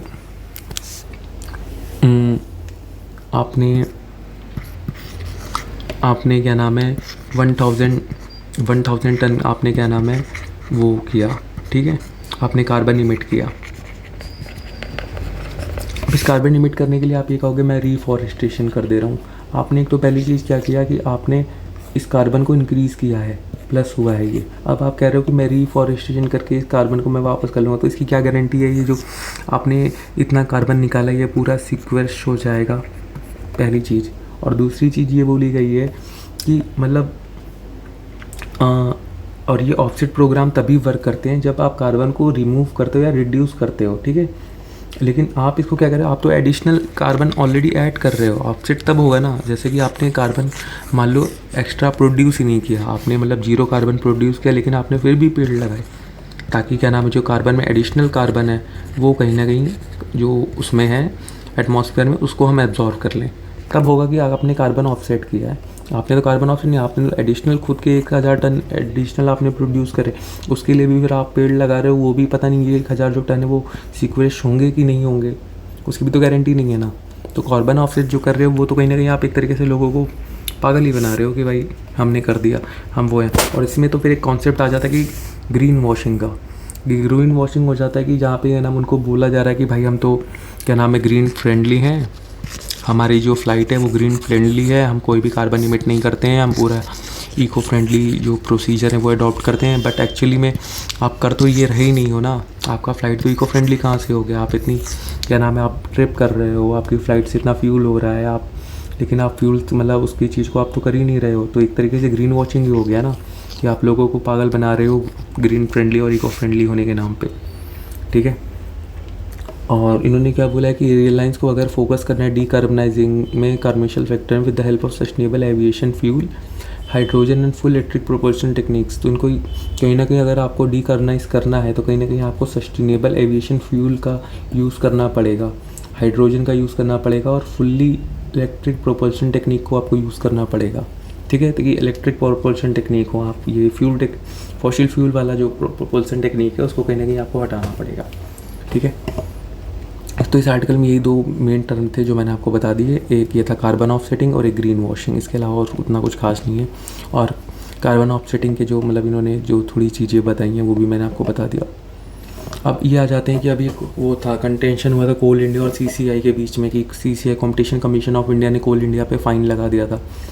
तो सीसीआई का ये कहना था कि जो कोल कंपटीशन कमीशन ऑफ इंडिया का ये कहना था कि जो कोल इंडिया है वो कहीं ना कहीं एक वो करता है कि रिजनेबल प्राइस नहीं है, और कहीं ना कहीं इसके जो कॉन्ट्रैक्ट होते हैं वो वेग होते हैं, और ये जो प्राइस डिफरेंशियल रखते हैं कहीं ना कहीं। तो इसमें कोल इंडिया का कहना ये था कि हमने जो क्या नाम है प्राइस डिफरेंशियल हम रखते हैं क्योंकि भाई ताकि हम सबको लिए इक्विटेबल कर सकें, कि मतलब जो ऐसे लो क्या नाम है वाले लोग हैं, लो इंडस्ट्रीज़ हैं या फिर लो क्या नाम है कंपनीज़ हैं उनके लिए, ताकि हम उनको अच्छे से प्रोवाइड कर पाएँ, और ताकि हमें मोनोपोली दी गई है नेशनलिज्म एक्ट 1973 के अंदर। तो उनका ये कहना था कि हम डिफरेंशियल प्राइसिंग अडॉप्ट करते हैं ताकि जो कैप्टिव कोल प्रोडक्शन है उसको कहीं ना कहीं हम डिफरेंशियल कर सकें।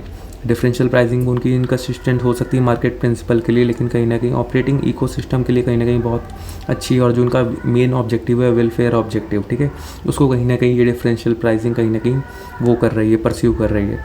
और उन्होंने ये बोला है कि कोल सप्लाई जो है कि उसका बाकी भी इम्पैक्ट होता है लार्जर नेशनल पॉलिसीज़ पे लेकर के, कि अगर इन क्या नाम है गवर्नमेंट को बैकवर्ड ग्रोथ की वो करनी है तो हमें कहीं ना कहीं एलोकेशन जो इंक्रीज़ करना पड़ेगा, ठीक है।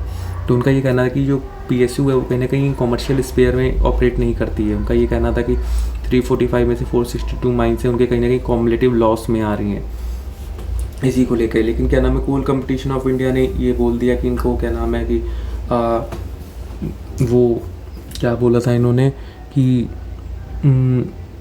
Burden the agreement argument committee ने बोला कि they are for the state monopoly one not condition interest of the nation. हाँ, कि जो उनकी मोनोपली है ना स्टेट मोनोपलीज की, वो कहीं ना कहीं इंटरेस्ट के नेशन को सर्व नहीं कर रही है, ठीक है। They could not be applied in state of inefficiency, और उनको इनएफिशिएंसी के स्टेट में ऑपरेट करना नहीं चाहिए, और साथ ही साथ उनको कंपटीशन ऑपरेट करना चाहिए कंपटीशन में। इसीलिए अभी देखा होगा कि अभी जो कोल सेक्टर है उसमें प्राइवेट प्लेयर्स को अलाउ कर दिया गया है, ठीक है। तो ये था पूरा केस। तो इसमें थोड़ा हम सीसीआई के बारे में देख लेते हैं। तो अभी क्या हुआ था कि कंपटीशन अमेंडमेंट बिल आया था 2023 में। इसने क्या किया था, जो कंपटीशन एक्ट है 2020 का, जो रेगुलेट करता है इंडियन मार्केट को, प्रोवाइड करता है एंटी कॉम्पिटिटिव प्रैक्टिस जैसे कार्टेल, मर्जर, एक्विजिशन, तो इन चीज़ों को लेकर के कंपटीशन जो है करते हैं जिन चीज़ों को, तो उसको क्या नाम है रिलेट करता है कंपटीशन कमेटी, इसी को अभी अमेंडमेंट बिल आया था। तो कंपटीशन कमीशन ऑफ इंडिया जो है ये रिस्पॉन्सिबल होती है इम्प्लीमेंट करने के लिए इस एक्ट को, कंपटीशन एक्ट 2002 को। तो अमेंडमेंट क्या किया गया है, पेनाल्टीज अभी इसमें रखी गई है। जो बिल है वो डिफाइन करता है टर्नओवर को for the purpose of penalty in the global turnover, और जो आइडिया है is to levy penalty of as a certain % of global turnover of the offending company, ठीक है। डिक्रिमिनलाइजेशन की बात की गई है। जो बिल है वो डिक्रिमिनलाइज करता है सर्टेन ऑफेंस को जो एक्ट के अंदर हैं, जैसे नेचर ऑफ पनिशमेंट हो गया, ये हो गया। ये ऑफेंस कौन कौन से, fair to comply with the orders of the ACCI under direction of the general anti competitive agreement, abuse of dominant position, जैसे अगर डोमिनेंट पोजीशन का अब्यूज़ हो रहा है, या फिर एंटी कॉम्पिटिटिव एग्रीमेंट हो रहे हैं, या फिर आप CCI के जो ऑर्डर है उसके साथ अगर आप कंप्लाई नहीं कर रहे हो, तो उन चीज़ों को लेकर के भी मतलब उसको डीक्रिमिनलाइज़ कर दिया। पहले उसका क्रिमिनल केस हो जाता था आपके लिए, अब उस पर आपको सिर्फ पेनल्टीज़ होंगी, आपके ऊपर कोई क्रिमिनल केस नहीं होगा। CCI का जो स्कोप था उसको एक्सपेंड कर दिया गया, नए नए प्रोविजंस ऐड किए गए हैं कि मोर देन अगर 22 करोड़ की होगी तो उसमें रेगुलेटर क्लियरेंस की ज़रूरत क्या नाम है नहीं होगी, रेगुलेटर धन करोड़ रिक्वायर। हाँ, अगर 2000 करोड़ से ऊपर की अगर क्या नाम है वो डील होती है तो उसमें रेगुलेटर क्लियरेंस की सिर्फ ज़रूरत होगी, उसके नीचे वाली में नहीं होगी। सेटलमेंट मैकेनिज़्म की बात की गई है कि एक सेटलमेंट मैकेनिज़्म इंट्रोड्यूस किया गया है जिससे कि जो लिटिगेशन है उसको कहीं ना कहीं रिड्यूस किया जा सके और साथ ही साथ निगोशिएटेड सेटलमेंट हो सके। एक स्कीम में ये भी है कि एंटी कॉम्पिटिटिव एग्रीमेंट और जो अब्यूज़ है डोमिनेंस का, कार्टेल्स के बारे में बात नहीं की गई है। और US मॉनेटरी पॉलिसी जो इन्फ्लुएंस है उसको भी कहीं ना कहीं रिड्यूस करने की बात की गई है। कहा यह गया कि जो by reducing the use of dollars countries can reduce the influence of US monetary of their own economies. तो ये बोला गया है कि जो US डॉलर का यूज़ कम करके जो कंट्रीज़ हैं वो क्या नाम US की जो इकोनॉमिक पॉलिसीज़ हैं उनका कहीं ना कहीं जो इन्फ्लुएंस है हमारी उसमें वो कम कर सकती हैं। सिग्निफिकेंस क्या क्या है ये कंपटीशन एक्ट का, तो इसका ये है कि ईज़ ऑफ डूइंग बिजनेस को थोड़ा प्रमोट करता है। इसकी वजह से जैसे जो रेगुलेटरी हर्डल्स है हमको रिड्यूस करता है, प्रमोट करता है ईज़ ऑफ डूइंग बिजनेस को। साथ ही साथ प्रोवाइड करता है ग्रेटर क्लैरिटी टू बिजनेस की ऑपरेट जो इंडिया में कर रहे हैं, और कंप्लायंस बर्डन जो है कंपनीज़ का उनको रिड्यूस करता है। ट्रांसपेरेंसी को इंक्रूज करता है। ग्लोबल टर्नओवर को इंक्लूड किया गया है क्या नाम है टर्नओवर में। साथ ही जो अकाउंटेबिलिटी और ट्रांसपेरेंसी इंडियन मार्केट में उसको इन्हेंस करता है। और जो कंपनीज़ हैं जो कि पेनल्टीज़ को पहले स्केप कर देती थी लॉ वायलेशंस को करके, उनके रेवेन्यूज़ को दूसरे कंट्री में शिफ्ट करके, जिसको वो बोलते थे ना, क्या बोलते थे, base erosion, profit shifting and base erosion, BP, base profit shifting, हाँ PSBP, profit shifting and base erosion, BE, हाँ base erosion and profit shifting ना था क्या, BEPS, हाँ BEPS ये था। तो वो जो करती थी उसको लेकर के भी कंपटीशन कमीशन ऑफ इंडिया आप उसमें रेगुलेट करता है, ट्रांसपेरेंसी थोड़ी मेंटेन करता है। कंपटीशन कमीशन ऑफ इंडिया की बात कर ले। कंपटीशन कमीशन ऑफ इंडिया जो एक स्टैचुटरी बॉडी है गवर्नमेंट ऑफ इंडिया के अंडर में, रिस्पॉन्सिबल है इन्फोर्स करने के लिए कंपटीशन कमीशन एक्ट को। मार्च 2009 में बनी थी ये बॉडी। और जो एक्ट है ये प्रोहिबिट करता है एंटी कॉम्पिटिटिव एग्रीमेंट को, अब्यूज़ करता है डोमिनेंट पोजीशन को, एंटरप्राइज को रेगुलेट करता है, कॉम्बिनेशंस को, और कॉज करता है अप्रीशिएबल एडवर्स इफेक्ट। कमीशन में कौन कौन है, एक चेयरपर्सन होता है और 6 मेंबर होते हैं, जिनको अपॉइंट कौन करता है, सेंट्रल गवर्नमेंट करता है। कमीशन एक क्वासी जुडिशियल बॉडी है जो कि अपना ओपिनियन देती है स्टैचुटरी अथॉरिटीज़ को, डील करती है एंटी ट्रस्ट केसेस के लिए, ठीक है। तो CCI हमेशा न्यूज़ में रहती है। कुछ दिन पहले गूगल से रिलेटेड आई थिंक न्यूज़ में थी, गूगल के ऊपर इन्होंने 7,300 ऐसे करोड़ का कुछ वो फाइन मारा था। हाँ गूगल के ऊपर मारा था कि गूगल जो ये अपनी प्री इंस्टॉल्ड ऐप्स होती हैं ना उसको अपने वो एंड्रॉयड में डाल के देता है, जिसकी वजह से एक क्या नाम है जो कंपटीशन है उसमें कहीं ना कहीं आप मोनोपोली कर रहे हो। तो उस चीज़ को लेकर के क्या नाम है केस हुआ था, उस पर CCI ने केस ठोका था, फाइन किया था। फिर अगला टॉपिक कौन कौन सा है, इंटरनेट लॉकडाउन को एक ये है कि एक टॉपिक ये बचा है। अच्छा ये वाला देख लो कि ये तो उतना कुछ इंपॉर्टेंट नहीं। साजिद मीर नाम का एक टेररिस्ट था जिसको इंडिया ने एक अभी वो कर रहा था UN सिक्योरिटी काउंसिल में कि इसको डेजिग्नेट करने के लिए पाकिस्तान बेस्ड टेररिस्ट जो है ये साजिद मीर, लेकिन चाइना ने इसको फिर से ब्लॉक कर दिया क्योंकि चाइना के पास क्या है, वीटो पावर सिक्योरिटी काउंसिल में, ठीक है। तो बस इसको थोड़ा सा ऐड ऑन कर लेना कहीं इंडिया चाइना का रिलेशन हो तो। और नीचे हीट स्ट्रेस का एक आर्टिकल रह गया है, एक ये आर्टिकल 3, एक आर्टिकल ये याद कर लो, ये RBI गवर्नर जो है, SBI के MD जो थे जानकी रमन जी को अभी नए RBI का डिप्टी गवर्नर बनाया गया है। तो वनडे एग्जामिनेशन में आपसे पूछ सकते हैं कि who is the new RBI deputy governor, तो कौन है, जानकी रमन। स्पोर्ट्स पेज पे कुछ नहीं है। एक आर्टिकल ये आर्टिक ओशियन को लेकर के, इसको भी डिस्कस कर देता हूँ मैं नॉर्मली, ये है छोटा सा आर्टिकल है। तो आर्टिक ओशियन जो है वो आइस फ्री हो जाता है समर में बाई 2030, ऐसा एक स्टडी आई है। वो क्या नाम है, नेचर कम्युनिकेशन, इनका कहना है। इनका ये कहना है कि जो आर्टिक है वो एक्सपीरियंस कर रहा है climate heat faster than any part of the world, ठीक है। आर्टिक ओशन जो है सबसे ज़्यादा उसमें वो हो रही है, क्या नाम है, हीट एक्सपीरियंस हो रही है। फिर इनका ये कहना है कि जो आइस जो है कि समर में रह जाती है, ठीक है, at the which remained at the end of the summer, उसे मल्टी ईयर सी आइस कहते हैं, जो समर के एंड होने के बाद भी होती है और बहुत थिकर आइस होती है और वो सीजनल काउंटर पार्ट होती है। और ये हेल्प किस में करती है, ये हेल्प करती है जो मॉइस्चर और हीट का ट्रांसफ़र होता है ना, ये ओशियन और जो एटमॉस्फेयर के बीच में, तो उसको लेकर के कहीं ना कहीं, जैसे ये ओशियन है, ठीक है, ये एटमॉस्फेयर है और ये ओशियन है यहाँ से, तो इसके बीच में जो हीट का ट्रांसफ़र होता है ना, उसको कहीं ना कहीं यहाँ पे अगर एक आइस शीट है ना, वो कहीं ना कहीं ब्रेक कर देती है, जिसकी वजह से हीट ट्रांसफ़र नहीं हो पाता और वो नीचे का पानी वैसा ही रहता है, ठीक है।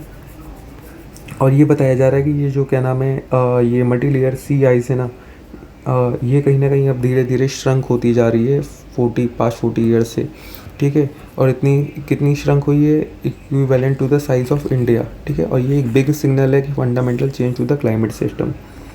और ये बोला जा रहा है कि आर्टिक ओशन जो है आइस फ्रीज हो सकता है। इस इवेंट को क्या कहते हैं, ब्लू ओशियन इवेंट।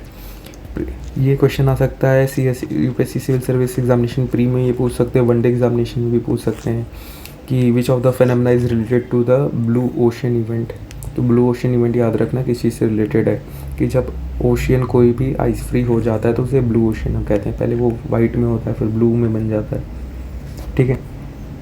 और one of the problem notionally difficult to the model because it influence by एटॉ।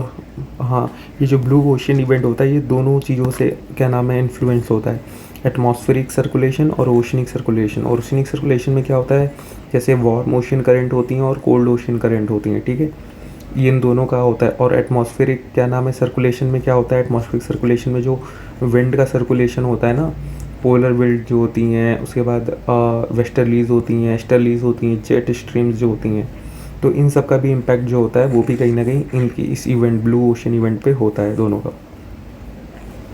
और देख लेते हैं, मेल्टिंग फास्टर देन प्रिडिक्टेड। 2000 में ये कहा गया था कि द मॉडल प्रिडिक्टेड कि लॉस ऑफ 2.5% पर डिकेड होगा, लेकिन अभी जो लॉस एक्चुअल हो रहा है वो कहीं ना कहीं 8% के अकॉर्डिंगली हो रहा है। और जो ब्लू ओशन इवेंट ये बताया जा रहा है कहीं ना कहीं मिड सेंचुरी मतलब 2050 तक अप्रॉक्सीमेटली ये देखा जाएगा कि पूरा आर्टिक ओशन जो है वो पूरा जो वहाँ पर पूरी आइस शीट है वो कहीं ना कहीं पिघल के लॉस हो जाएगी, ख़त्म हो जाएगी। आगे हाँ, उसके बाद ये कहना है कि जैसे माइक पॉम्पियो जो है ये क्या नाम है previous US secretary of state थे, अभी जैसे एंटनी ब्लिंकन है, पहले माइक पॉम्पियो थे। उन्होंने ये कहा था कि अगर ये ब्लू ओशन इवेंट हो जाता है इससे हेल्प क्या होगी कि जो क्या नाम है एशिया से जो शिप है ना वो कहीं ना कहीं 3000 माइल्स ऑफ जर्नी जो है वो कहीं ना कहीं सेव कर लेंगी क्या नाम है यूरोपियन पोर्ट्स के लिए, ठीक है। ये कहीं ना कहीं उनके लिए ईजी हो जाएगा और ये ड्रामेटिकली रिड्यूस करेंगे अमाउंट ऑफ। लेकिन अगर ये ब्लू ओशन इवेंट हो जाता है ना, इसकी वजह से होगा क्या कि जो ओशियन जो क्या नाम है सनलाइट एब्जॉर्ब करते हैं ना वो कहीं ना कहीं इंक्रीज़ हो जाएगा, क्योंकि अगर आइस होती है तो आइस क्या होती है वाइट कलर में होती है, जिसकी वजह से जो सन की रेज़ होती हैं ना वो कहीं ना कहीं इस पर रिफ्लेक्ट बैक हो जाती हैं।